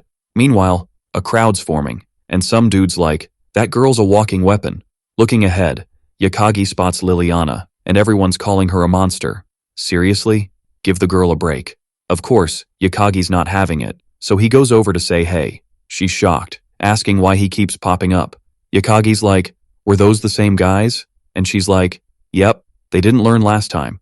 Meanwhile, people are gossiping about the MC, saying he doesn't get that she's a human weapon. Everyone's scared of her, not knowing she's just doing her thing. Then Yakagi sees everyone's against her, thinking maybe she should be nicer since she's army. And the girl, without missing a beat, tells everyone to scram. All this 'cause there's nothing to see, and she starts to leave. The MC tries to stop her while everyone's trash talking, but she's like, let it go, saying they always call magic prodigies freaks. Anyway, they should bounce to dodge the stink eye, but Yakagi's like, hold up, you've got a neck wound. And getting closer, he uses his magic to heal her. Seeing all this, Liliana asks why he's being so nice. All this because it'd be easier if he acted like everyone else. But, hearing this, the kid's confused, asking why he should. So the girl just looks at the MC and says they should go. The MC's like, next time, let's grab some sweets. And she's like, do what you want. At least she didn't say no, right? A bit later, that mysterious crew shows up. The other hooded person's like, let's hit that alley. And there, they find a cat. Looking around, they spot another cat, and a bit further, there's an old dude who looks totally wasted. Then this hooded dude starts casting a spell, and boom, the guy just faceplants, totally out cold. Out of nowhere, another person pops up in the alley, saying even with the cat squad, they showed up fashionably late. Of course, it's the MC acting all cool, saying it's been ages since he last saw the hooded dude. The surprised person is like, whoa, it's you, and totally knows him. Seizing the moment, they bounce, and just as Felmini is about to chase, Yakagi's like, hold up, let's deal with that old dude first. Switching gears, he asks another hooded person if they're the mastermind behind all this chaos. Suddenly, he charges at the hooded guy, and they start throwing hands. Yakagi's curious about the spell, and the girl says it's some dark magic, super OP. Then Yakagi whips out his own spell, launching some wind magic. The girl thinks it's a sword, but then she's like, wait, what? She figures Yakagi's always pulling out magic tricks she's never seen before. Anyway, she manages to cancel out the MC's magic, and just as she's about to cast another dark spell, Yakagi conjures a magic circle that cancels hers too. The girl's totally confused, and Yakagi's like, just using some magic laws, no biggie. He mentions she's got zero clue about spells. Man, they really ticked off the kid. He starts making a ton of magic circles. Now it's getting wild. The shocked hooded person realizes it's a double enchantment, but whatever, he's gotta go down. Charging at the MC, he thinks it's all for the greater good. Trying to land a hit, Yakagi dodges and counters with a massive magic circle. Barely, the hooded person dodges the sword, but uh-oh, there's something way worse coming. He gets hit with a full-on flame attack, and even on the ground, totally wrecked, he's not giving up. Trying to cast another spell, Felminia sees it's a super dangerous spot, and in the nick of time, the MC tries to whip up a defense spell, but his magic's not strong enough, and he takes the hit. A black aura or something wraps around our hero's arm, and he asks if she can control it that much. Meanwhile, the hooded person seems to really know our MC, wondering why they gotta throw down. Wasting no time, Felminia rushes to help Yakagi, realizing he took the full brunt of that dark magic. The boy, checking things out, warns he got too cocky, and rolling up his sleeve says he never thought it'd break through his defense. Anyway, if he doesn't act fast, his arm's gonna rot. Since his body's messed up, healing magic's useless. Plus, he can't use his left hand for a bit. Right then, some guards show up, rescuing that old dude. A few minutes later, Felminia's recounting the whole drama, and the MC's just silent, thinking it's like nothing happened, and somehow they sorted this mess out. Then, a guy shows up saying he heard someone dared to challenge the hero. Anyway, right, he never thought it'd be Yakagi. Our boy remembers that guy from before who says he's the Imperial Army's communications colonel, named Rogue. And yeah, we've seen this dude before. Anyway, he wants him to spill what really went down there. Meanwhile, Liliana's watching everything from above, and someone asks where she's been. Wanting to know if she's clued in, she says from what she heard, she's got a handle on it. At that, the old man asks her thoughts on the military police's actions, and Liliana says nothing's changed. Even though she's been digging into everything, it feels like a wild goose chase. Checking out the scene, the guy says it might work in his favor, thinking those two might be the troublemakers behind all the chaos. Hearing this, Liliana thinks the colonel's getting hassled by the nobles, mentioning that a colonel from the commoners probably has a ton of enemies. That noble who got attacked is now one of them, and if this keeps up, it's gonna get messy. Plus, the colonel had no ties with her, yet he decided to take her in. Then, the guy calls for the girl, asking what she saw in the MC, asking for some scoop on this dude. Seems he had a run-in with the culprit of these incidents, and she said she met him during her investigation. Liliana's all, so, does that mean Yakagi's guilty? The old dude's like, nah, but it's still bugging me. The girl just nods. Got it. I'll handle everything. Later, the MC's chilling on a bench, deep in thought about that magic he scored. A few days later, he hits up the library, but nada in the books, not even a whisper in the reports. He's all, what's up with this enchantment? Trying to decode those words. Scene switch, Yakagi's saying, no worries, the books are readable. Felminia's like, the hero's summoning ceremony auto-activates a spell for that. It turns into a language based on the summoner's smarts. Switching gears, she says there's barely any history on dark magic users. Plus, she's clueless about those words. totally unrelated. Yakugi's thinking, even with my world's knowledge, this is a mystery, concluding it's some next-level power. The kid cracks up. This is epic! When things get impossible, you just gotta dive into the unknown and study more. Dude's a total mad scientist. Anyway, he's determined to crack the dark magic code. Then someone pops up. Knew we'd meet again. Our boy spots the librarian, who's like, call me Lomion. He asks if Yakugi's library bound today, and Yakugi's like, nah, hit a wall. Then asks about his work. The elf's on break, whips out his lunchbox. Wanna try some? Yakugi's curious if all forest elves are like him. The guy's like, nope, there's a bunch of different types. He asks if Yakugi's stuck, and Yakugi's like, yeah, found something baffling. The elf offers help, but Yakugi's like, no records of what I need. The elf checks the papers, realizing Yakugi's on a dark magic quest. Yakugi's shocked. How'd you know? The guy's like, I'm a librarian. He warns, this isn't for the average Joe. What's your angle? Yakugi shows his black arm. It's about this. The elf's stunned. Can I check it out? Turns out, he once dabbled in witch doctor stuff. Checking the MC's arm, he's amazed by its balance. Did you treat it yourself? Despite the strong magic, it didn't mess him up inside. How'd that happen? Yakugi explains it's from the troublemakers bugging the capital. The elf's surprised. You're after those clowns? The kid's like, yeah, lots went down and I want to catch the culprit. The elf heard a rumor about someone challenging the hero, guessing it's Yakugi. He warns, don't go down this crazy path, it's not for outsiders. Plus, the culprit's got dark magic, super risky. Yakugi stopped the magic at his arm, but a bit higher, and he'd be toast. Still, Yakugi's all in. My friend's future's on the line. The elf's like, life's precious, but Yakugi's got big plans. Switching topics, the elf talks about the hooded guy's words. It's about Banmei. Basically, it's ancient, born with dark magic. Those words are lost, but were used to boost dark magic's power. Dark magic with these words is way stronger than regular magic. The caster's got mad power, and even with 9 lives, it's not enough. Still, the kid's wild and wants to keep going. The elf sees it's pointless to stop him. Yo, never forget, dark magic's got some serious bad vibes. So the elf bounces, and our main dude's just left there, mind blown by all the stuff he just heard. Then, out of nowhere, a whole squad of cats shows up, totally spooking the kid. Meanwhile, someone's strolling over, and surprise, it's Liliana making her entrance. Yakugi spots her and asks if she's here for the sweets he promised. But nah, she's all shy, and just wants the cat. Plot twist, right? Yakugi hands over the little fur ball, and suddenly, she's like a whole new person. Seeing her smile, he shares one of his ice creams, because why not? Switching gears, he asks how long she's been lurking, and she's like, not long, just waiting for her cat handoff. But Yakugi's like, hold up, is that cat even yours? Found them all just chilling on the streets. Liliana gets the wrong idea, thinking he's some catnapper, and jokes about military court like, whoa, chill. A few minutes later, they sort out the cat drama and chill on a bench with ice cream. Liliana brings up the rumor about him challenging the hero to catch the bad guy. Yakugi's shook, she knows, and she's curious why he'd do that. He says it's 'cause he wanted to roll with his crew, and she's like, maybe let the hero handle it then. Yakugi's like, wouldn't you do the same to protect your fam? But Liliana's like, nah, no fam here, just my boss, not my dad. Turns out she was ditched by her real parents, and yeah, that's a bummer.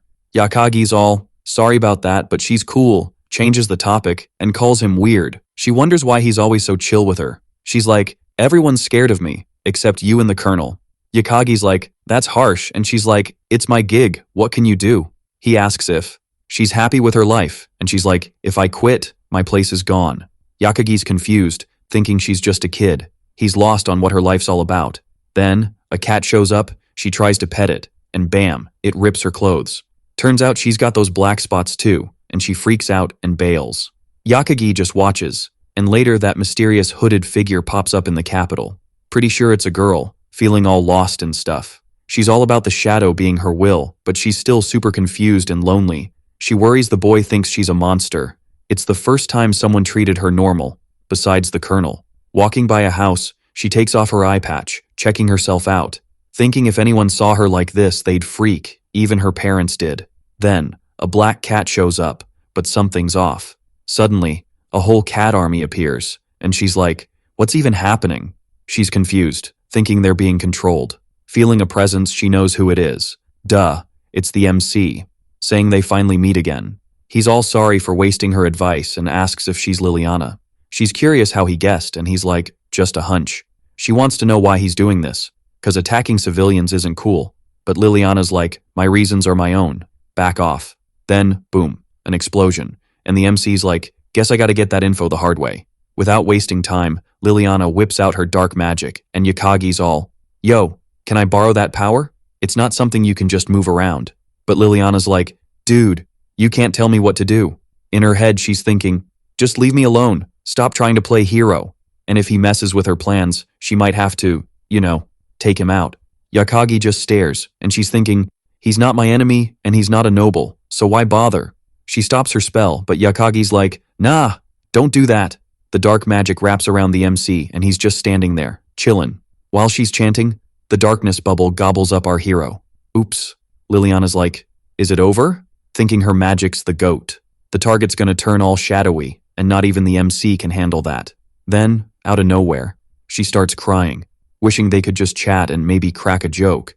But then the darkness cracks, and Yakagi pops out. Whoa, he just punched his way out, like a boss. Checking. Out the scene, our hero's like, guess that spell's busted. Liliana's mind is blown, asking, what did you do? And he says, no full moon today, so my defense is OP. Apparently, the moon goddess's magic is in play. Wait, there's a goddess for that? Liliana's never heard of it, and Yakagi's like, it's rare in mage battles. It's probably some next level stuff from another universe, right?